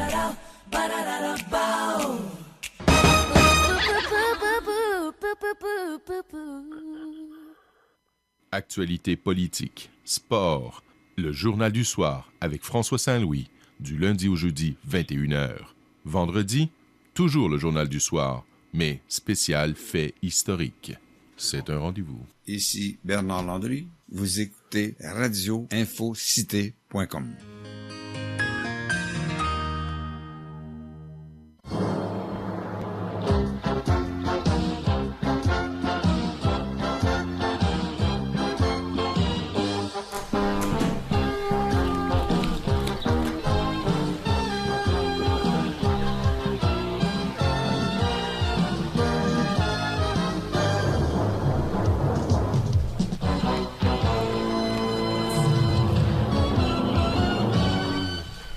Et la foule est en délire, mesdames et messieurs. À l'ordre, s'il vous plaît, puisque, sans plus attendre, vous avez votre chroniqueur sportif et j'ai nommé Monsieur Sirois. Monsieur Sirois, rebonsoir. Rebonsoir, monsieur. La soirée, ça déroule bien? Écoute, merveilleusement bien. Oui. Sans imbroglio, quel qu'il soit. Puis là, tu vas nous parler des médaillés québécois. Bon, on va parler des Jeux olympiques et le classement des médailles, les gars. C'est commencé depuis vendredi dernier. Puis, je vais faire un petit retour en arrière. Ben, on retourne tout le temps vers l'arrière, hein, pas par en avant. Le Québec a tout le temps environ, aux Jeux olympiques d'hiver, 40, 45, 50% des médailles. Et puis, maintenant, il y a 5 jours de débuter. Il y a déjà un assez beau classement. Il y a plusieurs Québécoises se démarquent et remportent des médailles. Je vais vous donner le classement des pays. Tiens. La Norvège est présentement numéro 1 avec 11 médailles. Là, je ne fais pas le même classement qu'ils font, eux, ou qui vont avec le pays qui a le plus de médailles d'or, ensuite le plus de médailles. On y va sur le classement que l'Amérique aime bien faire. Le plus de médailles remportées par un pays. Alors, la Norvège est numéro 1 avec 11. Les Pays-Bas, ce sont eux qui avaient remporté les Jeux de Sochi. Ils sont deuxième avec 10. L'Allemagne avec 9 en troisième position. Les États-Unis en 4e position avec 6. Et en 5e position, on retrouve la France, le Canada et le Québec. Pourquoi je dis avec 5 médailles chacun? Alors, c'est certain, quand on lit les journaux, on voit le Canada en 2e position avec les Pays-Bas avec 10 médailles, mais dans la réalité, le Québec, puis si vous lisez bien les journaux, on parle tout le temps la Canadienne Kim Boutin, le Canadien Michael Kingsbury, la Canadienne Laurie Boutin. C'en est fatigant. Mais cela dit, les gars, on est en 5e place, pied d'égalité avec le Canada et la France. Derrière nous, il y a des pays comme la Suède, la Finlande, la Suisse, le Japon, la Chine, l'Autriche. J'ai nommé. Pas les moindres, hein. Écoute, on parle pas de pays de pygmées, là. On parle vraiment de puissance sportive hivernale, si je peux me permettre la boutade, là. Pardon?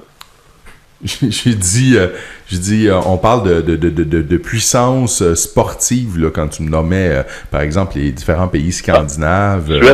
Oui. La Finlande. Oui, c'est ça, les pays. Le Japon, la Chine. C'est ça. Des gros pays sportifs toujours haut placés dans les Jeux d'hiver, et puis ils vont remporter plusieurs autres médailles, mais le Québec aussi. Alors, là-dedans, on a Kim Boutin, qui est en courte piste. La Canadienne. La Canadienne Kim Boutin, c'est en plein ça. Michael Kingsbury. Laurie Boutin. Justine Dufour-Lapointe. Argent dans les bosses.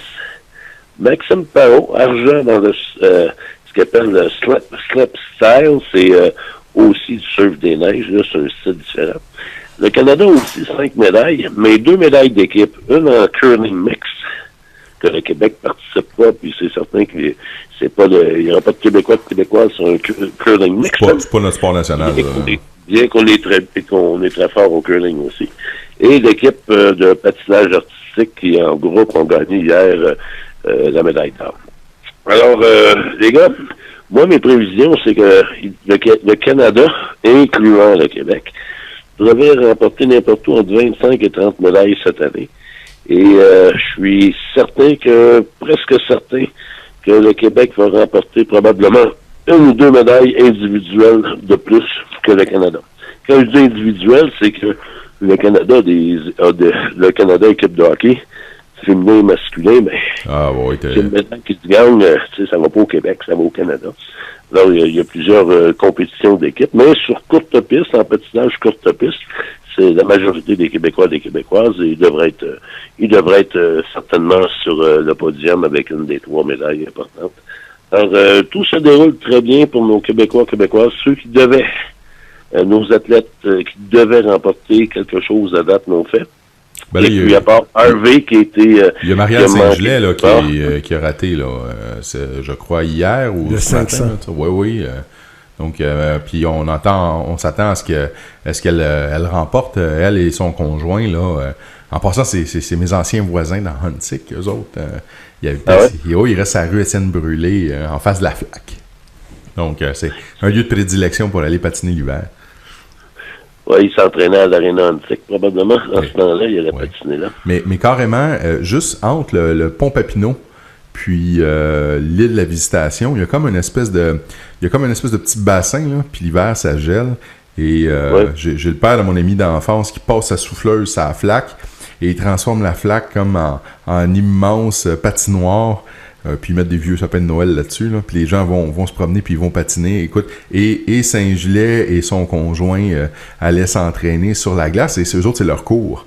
Donc c'est extraordinaire, ils ont la patinoire dans leur cours. Oui, c'est la rivière des Prairies, ça, ouais. Exact. J'ai déjà passé dans ce coin-là à plusieurs reprises, même. C'est très, très beau. Très, très beau. Bel environnement, oui. Ouais, quand t'es à côté, t'es sur Montréal, mais t'es pas comme en ville. C'est vraiment très bien. Alors, les gars, tout ça pour vous dire que la propagande canadienne bat de son plein. Toutes les fois que je rouvre la télévision ou un journal, là, je vois la feuille d'érable partout. Ça en est fatigant. T'en veux une preuve, Robert, de ça? Encore une preuve, ça m'est arrivé pas plus tard qu'hier. J'arrive dans un endroit où il y a 2-3 personnes qui me connaissent très, très, très, très, très bien et qui savent que je suis nationaliste et qui savent que moi, je vais regarder les... Tu sais, c'est-à-dire, je considère un Canadien anglais qui va gagner une médaille comme un Finlandais ou un Norvégien. Puis dans certains cas, des fois, je vais préférer le Norvégien. Des fois, ça peut être le Canadien anglais si c'est un bon gars, mais c'est pas ma nation. Donc là, la télévision est ouverte, puis c'est les jeux, puis là, on les voit skier, puis on a les résultats. Puis là, il y en a un qui est à côté, il dit « Ah, le Canadien a gagné tant de médailles. » Je dis « Le Canadien ou un Québécois? » Là, les 2-3 personnes m'ont regardé avec des yeux de poisson, en dire « Qu'est-ce qui se passe? » avec un genre de malaise. Alors qu'ils savent très bien que ma position là-dessus, moi je regarde les Québécois, et quand tu leur dis, moi quand quelqu'un qui vient de Colombie-Britannique ou d'Ontario, des Maritimes, puis qui gagne une médaille, pour moi, il n'y a pas de « Yeah, c'est un Canadien ». Comment ça se fait que les Québécois, on se fait embarquer tellement facilement, et je te parle de gens qui sont nationalistes, qui sont indépendantistes. Puis tout ça, là, c'est monstrueux, je trouve. Le message est intégré. Écoute, le Canada a gagné cette guerre-là. Sheila Copps, quand elle a commencé avec ses petits drapeaux, puis les Canadian Tire de ce monde, puis tous les magasins de sport qui ont embarqué, les réseaux de télévision, nos bonhommes, nos médias. Écoute, ils ont vendu... vous savez, les gars, Pierre Elliott Trudeau... mis sur pied les Jeux du Canada. Je ne sais pas si vous saviez ça. Non. En 1967, c'est lui qui est le créateur des Jeux du Canada, où chaque province essaie de gagner les Jeux du Canada. Vous savez-vous c'est quoi qui gagne? C'est le drapeau du Canada. La fierté pour cette province-là qui a gagné les Jeux du Canada, qui a remporté le plus de médailles, de se promener, faire le tour de piste avec le drapeau du Canada. On le déteste pas pour rien. C'est pas ça, les gars, en 2018. C'est pas des farces, mais c'est ce que les nationalistes québécois n'ont jamais compris. C'est avec le sport qu'on va créer un sentiment d'identité nationale et d'appartenance. Voilà. Les fédéralistes ont tout compris ça, puis vous comprenez pourquoi Québec n'a pas d'équipe, ils n'en auront pas d'équipe. Parce qu'ils ont tout compris. Ils ont tout compris que le jour qu'il y a une équipe à Québec, le nationalisme va revenir parce que Pierre Carbe, ça gagne. Ils vont en mettre plein de Québécois là-bas. Puis l'équipe va être représentative, puis le fleur de lys va se promener encore, puis la fierté va revenir. Et c'est ils pas ne peuvent pas comprendre. Tu n'as pas besoin de se faire une thèse, d'aller à l'université pendant 5 ans pour comprendre ça, là. Exactement. Oh oui, écoute, t'as raison. Je pense à la même chose que toi, moi aussi. Ils ne peuvent pas souffrir la simple pensée que ça peut servir. Il y a Éric qui veut te dire quelque chose. Salut Bob, c'est Éric Dubé au micro.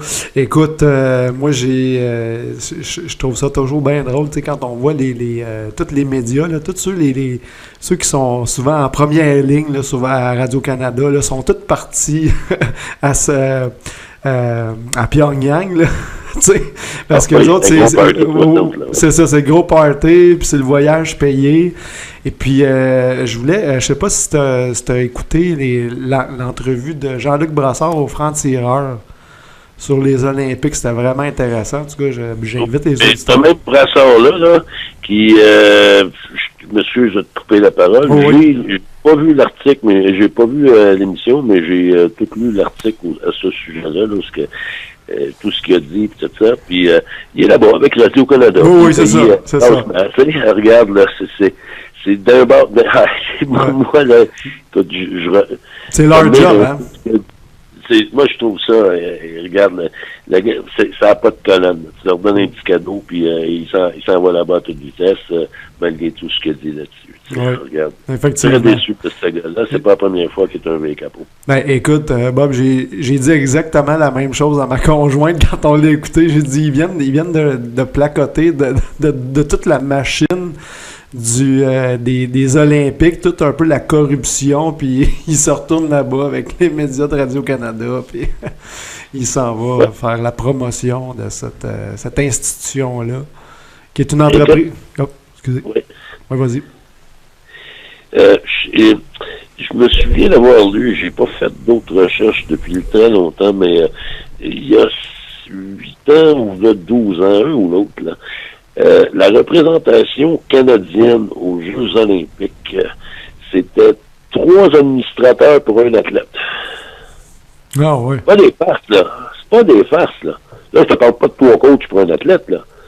3 administrateurs. C'est-à-dire des gens qui sont soit pour les réseaux de télévision, soit pour les fédérations sportives, soit pour les médias, soit pour autre chose, soit pour la politique, mais c'est 3 pour eux que le gouvernement canadien paye.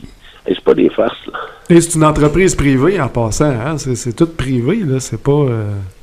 Oui, bien, toutes les fédérations sportives mondiales sont privées. C'est ça, donc, c'est ça. Ils tous, comme le comité olympique canadien, lequel Aubu était président, là, puis je suis bien content qu'il soit fait pogner culottes baissées, là, puis ils ont probablement encore baissé ces culottes, là. Et c'est le cas de le dire. Écoute, eux, c'est 60% des revenus qu'ils font viennent du gouvernement canadien. Bon, ben, du 60% qui vient du gouvernement canadien, n'oubliez pas qu'on a notre petit 20-22% là-dedans, nous autres, là. Oui. Et quand le Canada donne de l'argent à quelqu'un, là, quand le Canada paye le voyage à Trudeau, là, puis quand le Canada donne de l'argent aux islamistes, puis quand le Canada paye ici pis ça, là, oublions pas qu'on a 22% de nos sous à nous autres, là. Exactement. Ouais. Et puis, fait que tout ça pour vous dire là, que 3 représentants pour un athlète, là, ça n'a aucun maudit bon sens.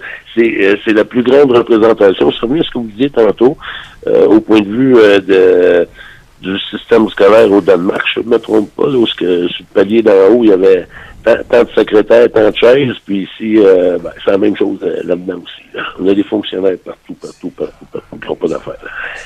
Exactement. C'est comme ça que ça fonctionne dans ce monde-là, parce qu'on en profite pour arroser des gens dans cette industrie de la nationalisation canadienne, d'une certaine façon. T'sais.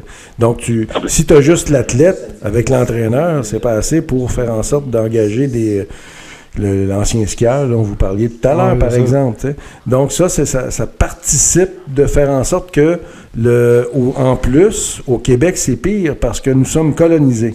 Donc, celui qui est athlète se dépêche de dire « Ah, je suis fier d'aller représenter mon pays, le Canada. » Tu sais, il aurait pu, par exemple, comme petit Québécois, dire « Ah, je suis fier d'aller aux Olympiques. » Soit pour lui-même, puis s'il veut en mettre un peu plus, dire « Je suis fier à la rigueur d'aller représenter mon pays. » Puis là, ça laisse une ambiguïté. C'est-tu le Québec, c'est-tu le Canada? Ben non, je me dépêche, je vais représenter le Canada, les couleurs de mon pays. Puis là, aussitôt qu'il gagne sa médaille, ben là, il se drape du drapeau canadien. C'est horrible. Ah, ils ont un petit guide quoi dire. Hein. Voilà. On a Eric qui veut te... Même pas les gars, là, ils ont leur petit manuel quand ils embarquent dans l'avion, même avant. Quand ils arrivent là-bas, puis ils ont des réunions, puis tu gagnes une médaille, voici ce que tu dis. C'est pas compliqué, là. C'est ça. Puis certains le suivent, le petit guide, un peu plus fidèlement. Ouais. Imaginez-vous, là, s'il y avait un athlète ou un athlète québécois, là, à ces jeux-là, qui oserait embarquer sur le podium avec juste un petit drapeau du Québec. Comme c'est arrivé avec Jennifer Carroll. Mais je serais tellement content. Ah oui. Moi, là, je vais te dire, là, c'est facile à dire, je suis pas là, mais dans ma vie d'athlète, là, si j'avais été à notre époque, là, pouvoir participer à des jeux, vous pouvez être certain que le petit drapeau aurait été là. Mais tu aurais eu besoin d'être le meilleur parce que le deuxième, ça n'aurait pas été assez pour qu'il te permette d'aller aux Jeux olympiques. Puis même à ça... c'est tout ça, je te dis. C'est juste si j'avais participé. C'est pas toi qui nous parlais de ça, justement, la semaine passée, ou il y a 2 semaines, Bob, qui avait une athlète comme ça qui avait eu son petit drapeau du Québec. C'est Jennifer Carroll. Et puis, s'était fait battre d'une façon innommable par... Oui, par Sport Canada, par tout le pays, hein, par tous les médias, le pays, son coach, tout le monde. Ben, écoutez, il serait temps que qu'un de nos athlètes, un de nos grands athlètes se lève debout. Là, j'en reviens pas. Et puis, Claude, t'as raison. On est tellement colonisés là, que ça en est triste. Mais tu sais, en même temps, moi, Bob, je comprends que c'est pas le rôle d'un athlète. Hey, imagine-toi, là, t'as 16 ans, 17 ans, 18 ans, 19 ans. Tu iras pas là à arriver puis faire de la politique. Ça, je peux le comprendre, mais qu'on n'est pas dans l'histoire. Un Québécois, à un moment donné, qui dit « Bon, mais c'est mes derniers Jeux olympiques, je vais frapper un grand coup. » On n'a jamais eu ça. C'est ça qui est pas normal. C'est pas de blâmer le moindre athlète de pas exprimer sa québécitude sur le podium. C'est le fait de n'en avoir jamais eu qu'un seul, ça, c'est symptomatique. D'ailleurs, c'était une petite affaire c'est quelque chose que je trouvais particulièrement le fun d'avoir. Là, on change, on n'est pas dans le sport nécessairement, mais avec Pierre-Carl Péladeau, ça faisait des années qu'on disait on veut avoir un chef de file de l'industrie qui va comme ouvertement prendre pour l'indépendance du Québec, puis qui va le faire valoir, puis va le véhiculer. Mais si on l'a dans l'industrie, est-ce qu'on ne pourra pas l'avoir aussi dans le sport, d'avoir une espèce de Mario Lemieux ou d'avoir vraiment un athlète qui pourrait faire des... Tu sais, quelqu'un qui est comme très, très en vue de premier plan pour pouvoir faire des sorties nationalistes. Ouais, regarde, son nom ne me revient pas, là, mais l'année passée, au championnat du monde, pas ceux de cet hiver, mais l'hiver passé, championnat du monde de l'équipe Canada, quand c'était défendu par les Français dans le vestiaire, il y a un des jeunes Québécois qui jouait sur l'équipe Canada qui s'est levé qui l'a dit. Ah oui? Vous avez vu quand il s'est fait ramasser, ça n'a pas de bon sens, hein? Ah, je suis pas au courant, ça. Ah oui, donc? Non, les gars. Moi, c'est ça qui me... Tu sais, ils en ont parlé dans les médias, ils en ont parlé... Ben, regarde, ça n'a pas duré longtemps, hein. Ça a été... Ben, on n'a pas eu d'écho. Moi, ça n'a pas ça. C'est le coach qui est un Québécois francophone, t'allais dire, oui, non, c'est pas défendu, mais on préfère que les gars se parlent tout en anglais dans le vestiaire. Oui, c'est ça, moi, je me rappelle de ça. Non, ben, tu sais, on oublie, les gars, on se fait frapper sa gueule à tous les semaines, puis on est habitué. Ça désensibilise à force d'en manger des claques à la gueule, hein? Ouais. Ça, c'est une des particularités, on est capable de... L'être humain est capable de s'adapter à peu près n'importe quoi, puis le Québécois, plus que les autres, on dirait, on a une force d'adaptation qui est assez extraordinaire. Ben, juste de pouvoir s'adapter au climat, à notre climat qu'on a, avoir des moins 1000 dehors avec des 300 pieds de neige qui tombent sur une base quotidienne, puis l'été qui fait des 45 à l'ombre, ça prend un coin de dur pour être capable de s'acclimater à ça. Fait qu'à un moment donné... Et à pas de coin de dur, puis se faire frapper dessus, puis rester à genoux, pas se lever, puis pas se défendre. T'as raison. T'as raison. Moi, je suis tanné là, de ça. Ben, t'as tellement raison. C'est ça qu'on jasait tantôt, justement, Bob. C'est ce qu'on se disait. Hey, Bob, par rapport au drapeau, là, moi, j'ai vu souvent des boxeurs. Je me rappelle de Joachim Alcine qui se promenait avec le drapeau du Québec avant d'aller combattre. Tu sais, on a Georges Saint-Pierre. David Lemieux. David Lemieux aussi, c'est vrai, t'as raison. Il y a Georges Saint-Pierre qui a le tatou, une fleur de lys sur le mollet quand tu fais ses combats. Je vois ça souvent. Olympique, oui. Tout ce qui n'est pas sport. Bien que c'est sport olympique, là, mais je veux dire, tout ce qui n'est pas où ce que le Québec n'est pas où ce que le Québec peut agir seul. Il y en a plusieurs là qui dont le dernier, c'est l'autre Québécois, le boxeur aussi, le Noir là, qui a gagné le championnat du monde, qui s'est battu les épaules de Magali. Mais les boxeurs québécois avaient tout le temps le drapeau du Québec. Là. Ouais. Toute la gang, j'ai pas vu se promener avec le drapeau du Canada, ben, ils voulaient attirer la foule vers eux, mais c'est bien. Ils vont à New York, ils vont un peu partout, puis ils promènent le drapeau québécois. T'as d'autres sports non olympiques où ce qu'on a le Québec est représenté. Mais les médias ne nous en parlent pas, n'en disent pas un mot du mot. C'est ça. Ouais. Écoute, Bob, on te remercie encore cette semaine pour ta chronique, puis tu continues à regarder les Olympiques pour nous, puis tu vas nous revenir avec donc le sommaire des médailles québécoises et les performances de nos athlètes québécois la semaine prochaine. Et j'imagine que tu vas continuer aussi à suivre les différents dossiers que tu suis en notre compagnie déjà depuis plusieurs mois. Oui, puis dans ce cas-ci, j'ai une grosse grippe, fait que j'ai pas pu aller au lancement du livre de Luc Lavoie. C'est excellent. Il y a même avec ta grosse grippe, tu veux savoir l'humour, c'est bon ça. Écoute, t'aurais peut-être pu y aller puis y donner, ça. C'est sérieux, là, c'est une autre affaire. Vous parliez de Pierre-Carl, puis Dieu sait que j'admire ce bonhomme-là. Mais quand je vois sa face photographiée à côté de lui, je me dis, mais Pierre-Carl, tabarnak. Ça fait mal au cœur. Il est-tu aveugle complètement fou, quoi? Je comprends plus. Par moment, je comprends plus. Je me suis souvent posé moi la question. Ah oui, t'as tellement raison. Écoute, donc, on te remercie, puis on se reparle la semaine prochaine, sans faute. C'est un rendez-vous. Bien intéressant. Merci beaucoup. On passe... Prochaine les boys. Bye. Bonne Salut. semaine. Salut Bob. Salut, bye. On passe à une courte pause publicitaire. On vous revient dans 2 minutes avec À fond de train avec Claude Veilleux.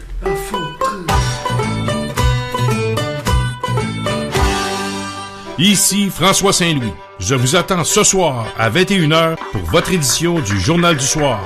Au menu, les grands titres du jour en votre compagnie. Venez nous faire part de votre opinion sur notre ligne ouverte. Je vous donne donc rendez-vous en fin de soirée sur radioinfocité.com.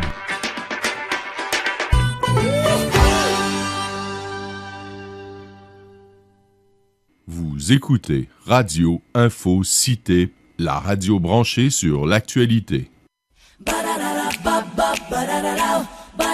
Ici François Saint-Louis. Du lundi au vendredi à 21h. Joignez-vous à moi pour le bulletin d'information de radioinfocité.com.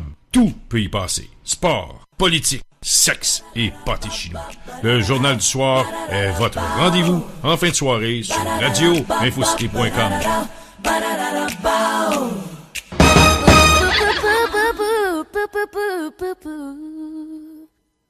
Actualité politique, sport, le Journal du Soir avec François Saint-Louis, du lundi au jeudi 21h. Vendredi, toujours le Journal du Soir, mais spécial fait historique. C'est un rendez-vous. Ici Bernard Landry. Vous écoutez radioinfocité.com.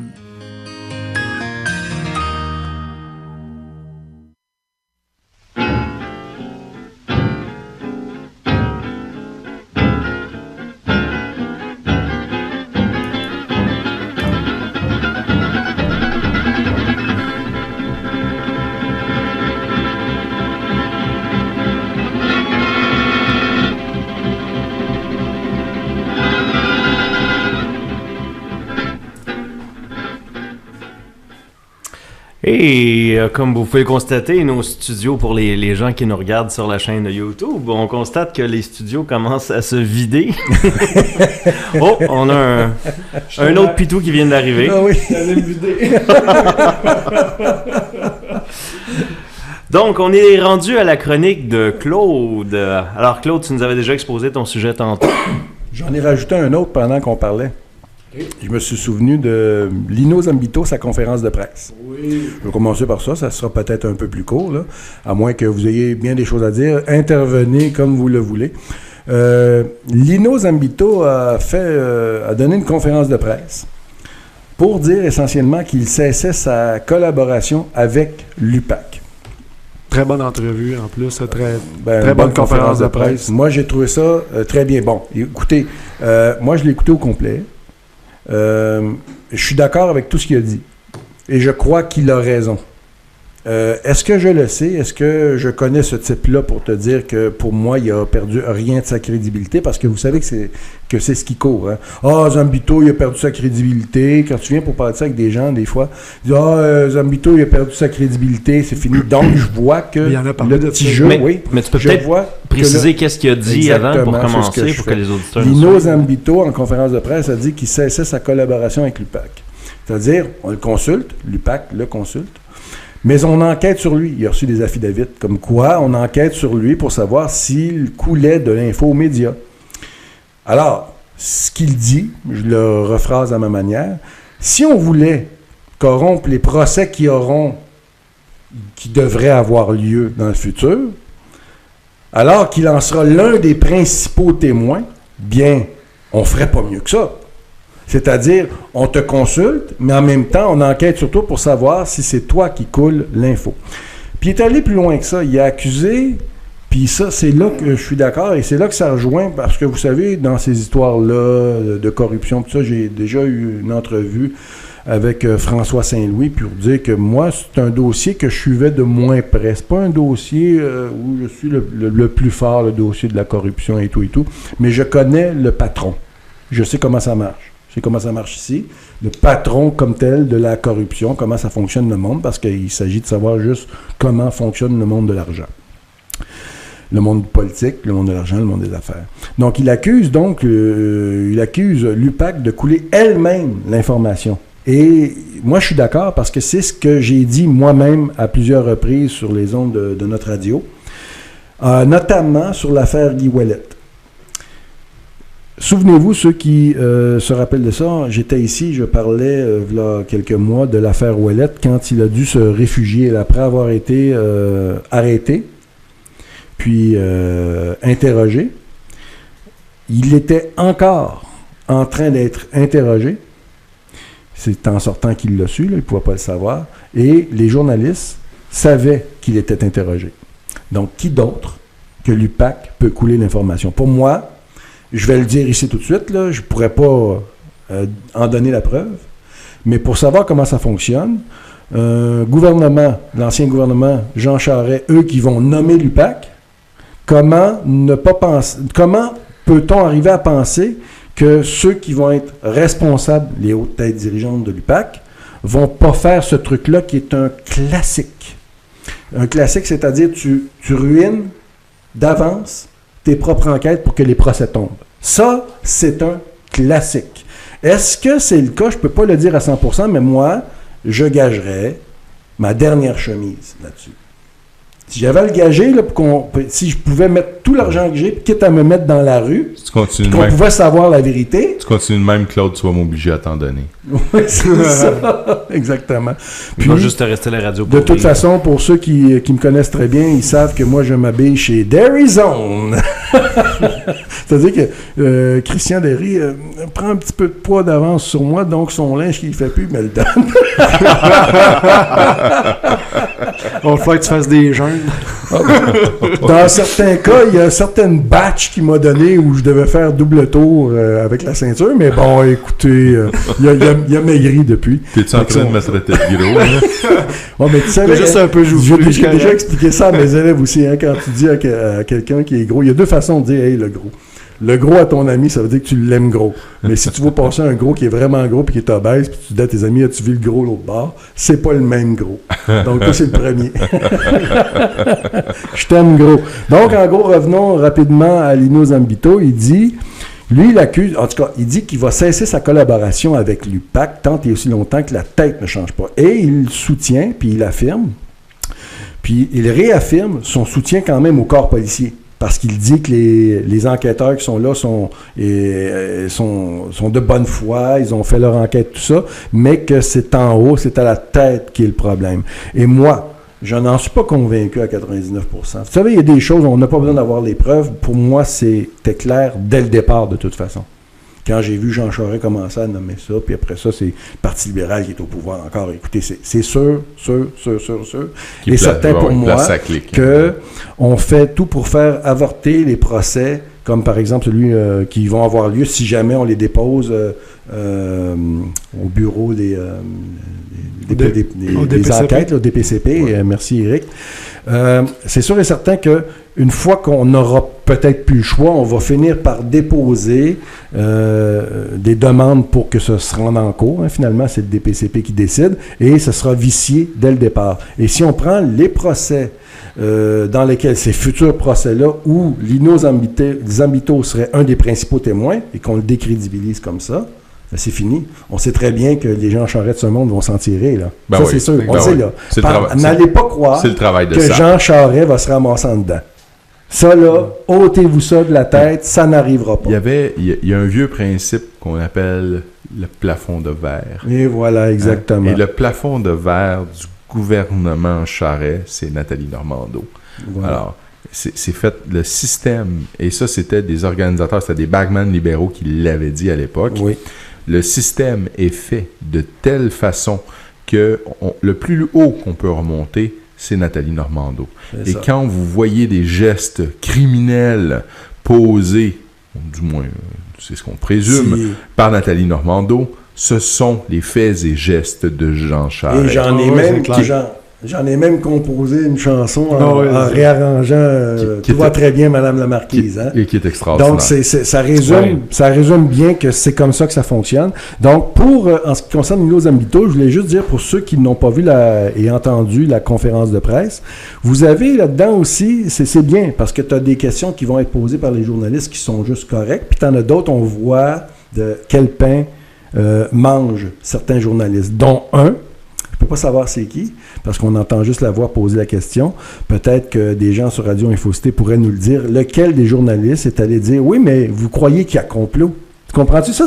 Ça là, quand quelqu'un fait ça, qui vous parle de complot quand tu cherches à élucider une question, il veut discréditer. C'est qu'il veut te discréditer, puis il veut te faire passer pour une espèce de zouave, d'accord? Et un journaliste, il n'aurait pas besoin de me faire ça à moi si j'étais là, parce qu'il mangerait ses bas en sacrament.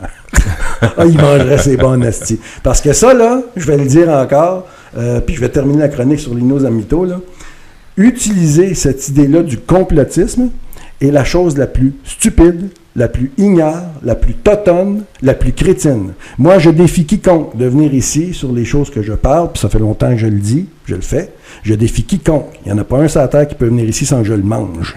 Je vais le manger. Parce qu'il n'y a rien de plus stupide, il n'y a rien de plus con, puis il n'y a rien de plus au service du système que cette fameuse phrase-là. « Ah, vous croyez qu'il y a complot. » Donc, pour moi, quand vous entendez, chers auditeurs, un animateur, un chroniqueur, un journaliste, un politicien, mais c'est surtout dans les médias qu'on voit ça, prononcez cette phrase-là, dites-vous que vous ne pouvez pas faire confiance à cette personne-là, que c'est un crotté, que c'est un pourri. Ça, c'est à la base.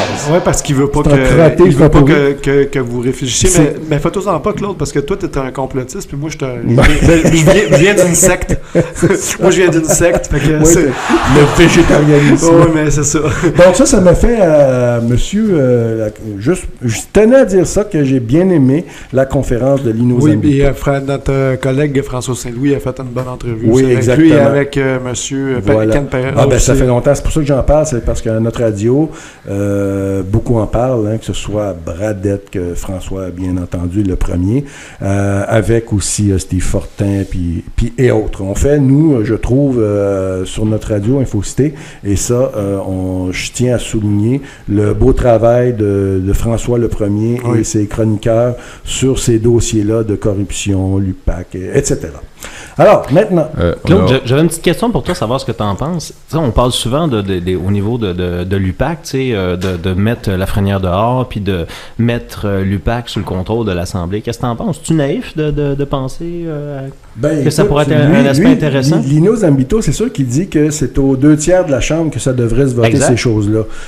On n'a pas le système qui est pour ça, mais il n'y a rien qui n'empêche que ça pourrait s'instituer. Parce que quelque chose qu'on n'entend jamais dans les médias, puis que je trouve ça ahurissant quand tu y penses, c'est de savoir que c'est le parti politique qui était accusé. C'est lui qui décide de nommer le chef qui est à de l'escouade qui va s'occuper d'enquêter sur son propre parti.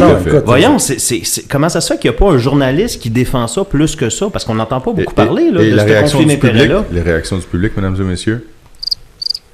Exactement. Oui, mais tu sais, sont des prostituées, les journalistes. Attends, ça, le public, lui, qu'est-ce que tu veux, il a ce qu'il entend. Moi, c'est pour ça que j'ai commencé cette radio-là avec François faisant On sort les vidanges, j'en avais tout le temps. Oui. Il suffit, là, je le fais moins, je fais pas l'émission, donc j'écoute moins les médias parce que c'est très souffrant pour moi écouter les médias. Parce que c'est mensonge par-dessus mensonge. Et j'en ai fait, j'ai fait par exemple une émission complète pour expliquer comment ça me fonctionnait la fausse nouvelle. J'avais dit que le chef global de Reuters avait fait un mea culpa. Oui, je m'en souviens effectivement. Et fais marcher tes grillons, là. Ça, là, j'étais le seul au Québec à en parler. Et la foule pendant... Le seul au Québec, j'ai pas, à moins que quelqu'un ait parlé de ça. Mais en même temps, est-ce que tu penses que la majorité des gens écoutent mais t'es pas endormi, Radio Infocité? Tu comprends-tu? Donc, si je dis que sur ce dossier-là, j'ai expliqué les fausses nouvelles, comment ça fonctionnait, et que j'ai expliqué que celui qui a fait le vrai mea culpa sur les fausses nouvelles, que c'était la faute des médias et non pas des réseaux sociaux avec les nouvelles, des grillons encore. C'est sûr que ça va être ça. Sûr et certain. Alors, fuck Mirabel.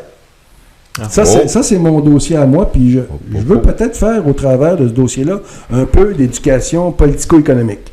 Je prétends pouvoir peut-être en faire un petit peu. Écoutez bien, Michel Hébert a écrit un texte qui s'intitule « Fuck Mirabel ». Et bien entendu, vous aurez compris, ceux qui suivent un petit peu ça, que Bel Hélicoptère, c'est à Mirabel. Absolument. Quand vous descendez, vous prenez à 15 Sud, vous passez devant, il y a un hélicoptère là, comme ça, là, placé en statue. Vous êtes à Montréalais, vous décidez de venir visiter les pays en haut. Noël, qui suit les thématiques. C'est simple. Même le Père Noël qui sort de l'hélicoptère à Noël. C'est ça, à Noël, c'est ça. Donc, quand vous prenez la 15 de Montréal, vous allez vers le nord, quand vous passez les grosses lignes électriques, ben là, à votre gauche, ce sera l'usine Bell Hélicoptère, puis le contraire, un peu avant les lignes électriques. C'est à la fin de Blainville, début Mirabel. C'est ça. D'accord? Oui, c'est ça, là. Les lignes électriques, on peut dire que c'est à peu près là que finit, ou un petit peu plus loin, Blainville, puis que va commencer Mirabel. Ça s'entremêle pas mal, hein? C'est pas une ligne droite. Alors, ben, vous savez que le gouvernement Trudeau, là, vous savez, le clown. Le clown qui sert de premier ministre à ce petit pays-là, le Canada, que je déteste. Moi, je déteste pas les Canadiens anglais, là. Je déteste ce pays-là. Même si je n'étais pas québécois, même s'il ne représentait pas pour moi la cage que représente le Canada pour le Québec, qui m'empêche de m'émanciper comme nation, je détesterais ce pays. Je déteste fondamentalement le Canada, sa structure, sa façon d'être. Écoutez, le contrat de 200 quelques millions d'hélicoptères qu'on devait vendre aux Philippines, à ce fameux Duterte, le président des Philippines, ben, il est signé, vous savez ça, depuis 2012. Depuis 2012 que ce contrat-là est signé. Et là, on sort tout à coup, puis on dit qu'on va revisiter le dossier parce qu'on n'est pas certain que les hélicoptères qu'on va leur vendre vont réellement servir simplement au secourisme, puis en s'assurant que ça ne servira pas aux militaires. Là, tu parles du gouvernement qui veut se mettre le nez là-dedans. OK, c'est une compagnie privée. Oui, l'hélicoptère, c'est américain. Il est installé à Mirabel. Ils ont signé un contrat de vente d'hélicoptères à hauteur de 240 millions, à peu près 240, 260. Je ne sais plus trop de chiffres. 250 environ. Et c'est signé ce contrat-là depuis 2012. Oui. On sait que dans l'affaire, même si c'est un premier ministre qui est un commis voyageur, puis qui va vendre des trains, des avions, du matériel roulant, militaire ou pas, dans un autre pays, c'est toujours des compagnies privées. C'est pas le Canada qui vend des armes. C'est pas la France qui va en vendre. C'est des compagnies. Par exemple, un avion français, ça peut être Dassault ou un autre qui le fait. C'est une compagnie privée. Donc, c'est un commis voyageur, le premier ministre. Donc, considérant qu'il est un commis voyageur, là, il vient de nous tirer dans le pied à nous parce que l'usine est au Québec. D'accord? Donc, c'est des emplois au Québec. Tu penses que Trudeau a fait ça en dessin, toi? Oui, absolument. Puis j'explique pourquoi ici. OK. Allez lire le texte de Michel Hébert, Fuck Mirabel. D'ailleurs, Michel Hébert n'a jamais été aussi bon que depuis qu'il a pris sa retraite. Écoute, il est excellent à peu près sur tous les textes. Bon, je ne vous dis pas d'être d'accord. C'est un gars à droite qui va souvent taper un peu sur la gauche, tout ça, sur notre façon d'être trop taxé et tout. Hein, non. Donc, si vous n'êtes pas d'accord avec ce propos-là, faites-en fi et quand même, allez lire Michel Hébert. En tout cas, sur la question nationale, il ne m'a jamais paru si nationaliste que depuis qu'il a pris sa retraite. Donc, sur bien des textes, il écorche, en passant ces derniers temps, Justin Trudeau. Dans celui-là, il l'appelle le grand comique d'Ottawa. Ce que je veux expliquer par là, c'est que, étant en colère de cette décision de Justin Trudeau et de son gouvernement d'aller fucker le chien, comme on dit. C'est ça que je veux dire. Tantôt, c'est vraiment le gouvernement qui s'immisce dans cette... Oui, absolument, parce qu'ils disent qu'ils veulent rouvrir les contrats pour s'assurer que ce ne soit pas du matériel qui va servir à des fins militaires. Oh. Puis on sait que Duterte, là-bas, mène une guerre contre les terroristes islamistes.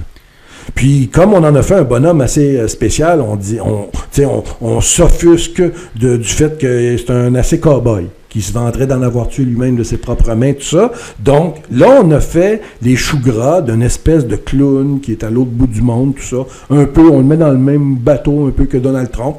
Puis là, on a fait nos choux gras sur lui. Ouais, tout le monde. Claude, je me fais l'avocat du diable. Je suis Justin Trudeau transformé devant vous. Vous pouvez faire... Écoute, il s'est fait reprocher d'avoir conclu un contrat avec l'Arabie Saoudite pour la vente de blindés légers qui a servi contre la population chiite proche de la Mecque, en banlieue de la Mecque, et contre les Yéménites. Oui. Les outils, donc, de chiites. On lui a reproché ça, les Québécois, pas juste les Québécois, mais, écoute, quand même courant assez mainstream. Parce que c'est exactement, puis là, je me suis préparé pour te répondre. On va nous dire simplement que c'est plus kosher maintenant. Et voilà, et c'est là que je veux aller. Le lien que je veux faire, c'est que, étant en colère contre ça, je m'en vais sur les réseaux sociaux, j'interviens une fois, je pense, sur ma propre page. Puis là, tout de suite, ce que je vois, c'est un commentaire de quelqu'un que je connais, qui est très au fait de la politique, et qui dit, il y a plus scandaleux que ça encore. Et là, il me parle de, finalement, il me parle du choix par la Caisse de dépôt de Alstom, train, plutôt que Bombardier pour le contrat. Oui. Et là, cette personne-là me dit, ça c'est plus scandaleux. Et moi, je dis non. C'est pas plus scandaleux. Puis c'est ici que je vais faire un petit peu d'éducation politico-économique. C'est important, l'économie, politique, ça va ensemble, tout ça. Donc, nous, et ça fait longtemps que je dénonce moi-même. Vous savez, j'ai tellement dénoncé la guerre en Syrie et tout ça, et essayé d'expliquer un peu comment ça fonctionnait, la guerre au Moyen-Orient et tout ça, le jeu des États-Unis, la Russie, etc., l'Arabie Saoudite, que je ne suis pas dans le camp, si on parle par exemple des problèmes au Moyen-Orient, je ne suis pas dans le camp d'Israël et de l'Arabie Saoudite, parce qu'ils font équipe ensemble avec les États-Unis. Donc pour moi, quand Daniel Turp est dans sa croisade pour faire annuler les contrats de vente d'armes à l'Arabie Saoudite par le Canada, je suis contre. Parce que je sais vous savez, nous les Québécois, on va chialer, hein, c'est ça qui arrive, on chiale, vous vendez des armements à l'Arabie Saoudite, puis là on crie. Ils se retournent de bord, puis ils disent, vous criez? Hein, vous vouliez chanter, danser maintenant. Donc, les contrats de vente d'armes, où le nombre d'employés qu'il y a en Ontario pour fabriquer des armes de toutes sortes, et ça dépasse les fameux blindés, là. D'accord? Il y en a pour des milliards et des milliards et des milliards et des milliards. Au moins 12, 13, 14, 15, là. Mais il y a d'autres compagnies qui font des armes, de la poudre, n'importe quoi. C'est ça, des munitions. C'est ça, exactement. Donc, en Ontario, on fait beaucoup d'argent. Donc, on se dit, puis le Canada, c'est Toronto, c'est l'Ontario, on s'entend? Mm-hmm. Le Canada, c'est pas l'Ouest non plus canadien avec le pétrole, même si on les subventionne pas mal pour les garder amis dans le Canada. C'est que là, on se retourne de bord, on dit, vous voulez chialer? Maintenant, regarde, on va montrer nous autres, là, ne pas vendre du matériel militaire, c'est important. Fait que juste un petit geste d'aller rejouer dans le contrat. Duterte se retourne de bord, si vous ne voulez pas nous en vendre des hélicoptères, on va en acheter ailleurs. Comprenez-vous? Il y a un autre phénomène qui se superpose à ça. Ce phénomène-là est le suivant. Et ça, les gens vont dire que j'exagère, mais je n'exagère pas. Justin Trudeau, pour le même mondialisme dont on parle tout à l'heure, utiliser les terroristes islamistes au profit de leur mondialisation, c'est le plan de Trudeau. Quand il va rencontrer Soros, quand il va rencontrer l'Aga Khan, c'est de ça dont il parle. D'accord? Oui. J'ai pas la transcription des procès-verbaux quand ils sont parlés, mais c'est de ça dont il parle. Il faut connaître un peu le mondialisme, comment ça fonctionne. Il y a des ententes avec l'ONU et Soros et voilà, Trudeau. Exactement. Donc là, on vendrait, nous, des hélicoptères pour aller combattre des terroristes islamistes qui sont les chums à Trudeau. C'est comme ça qu'il faut le comprendre. Les terroristes islamistes, je vous rappelle que ceux qui veulent revenir, ils les appellent des réfugiés. Absolument. Ils refusent même d'utiliser le mot terroriste puis islamiste. Donc, Justin Trudeau n'est pas juste un clown. C'est une merde. C'est une merde, là. Un tas de merde. C'est un instrument. C'est un instrument. Mais c'est un instrument, oui. Mais c'est pas un trou d'eau, c'est un trou. Mais non, mais c'est quand même un tas de merde. Donc, d'accord, il y a l'instrument d'autres tas de merde, vous allez me dire, mais les autres, c'est pas des tas de merde, c'est des gens qui sont cyniques, qui vont faire ce qu'ils ont à faire. Tandis que lui, que nous votions pour ça, c'est une chose. Maintenant, j'ai pas terminé. Le lien que je veux faire, c'est que, alors maintenant, vous allez brailler, hein, mais nous autres, on vend notre équipement militaire à l'Arabie Saoudite, qui sont nos alliés, qui fonctionnent, qui financent ces terroristes-là, justement, parce qu'il faut le faire, le lien. Effectivement. L'argent vient d'où? Quand il y a un terroriste islamiste aux Philippines, comme partout ailleurs, là, vient d'où son argent? Elle vient aussi ici, d'ici, du Canada, favorisé par le Canada. On le voit chez les Sikhs, on le voit en ce moment. Donc, l'argent là, qui se promène. Nous, l'argent qu'on fait, puis les employés ontariens qui travaillent, vendent les armes en Arabie Saoudite pour, finalement, aussi peut-être en envoyer une part à ces terroristes islamistes-là aux Philippines. Donc, on voit très bien le jeu. Donc, je ne suis pas dans le camp de l'Arabie Saoudite, puis du Canada, puis d'Israël, puis des États-Unis, puis vous comprenez, mais j'étais déjà contre la croisade de Turk parce que je savais que ça se termine par des trucs comme ça. Ah, vous voulez chialer? Tiens. Vous ne pourrez pas vendre d'armes qui vont peut-être être militaires. Juste à faire... Ça veut dire que si moi, je suis le seul à en parler comme ça, c'est pas normal. Donc, je suis très content de voir qu'au moins, il y a des gens comme Michel Hébert qui arrivent près de toucher à ces questions-là. Ensuite, le lien que je veux faire, c'est que c'est pas vrai, même si on peut être en accord ou pas, que c'est pas vrai que c'est plus scandaleux ce qui se passe avec la Caisse de dépôt et son fameux REM.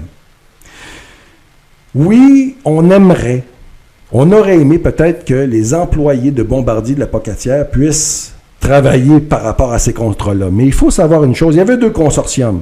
Un consortium composé numéro 1 de SNC Lavalin, qui est québécois, Pomerleau, construction québécoise, Dragados Canada, Icon et EBC. Le consortium 2, WSP Global, Construction Kiewit, Parson et Eurovia Québec Grand Projet. 2 consortiums, dont dans le premier qui a gagné, il y a SNC Lavalin et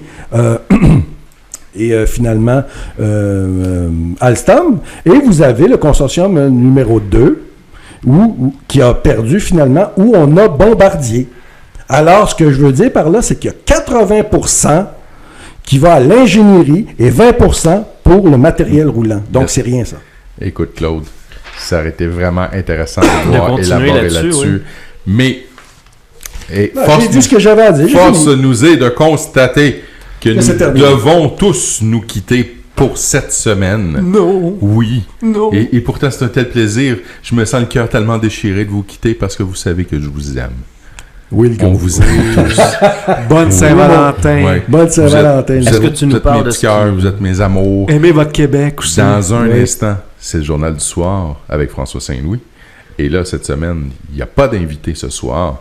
Par contre, François vous parle de l'UPAC. Oh yeah! Et il vous parle de la corruption libérale. Oui! Merci beaucoup. Ça, je peux pas aimer ça. Restez des nôtres. Restez sur nos ondes. C'est François dans un instant. Et nous, on vous dit à la semaine prochaine. Au revoir. Bye bye tout le monde.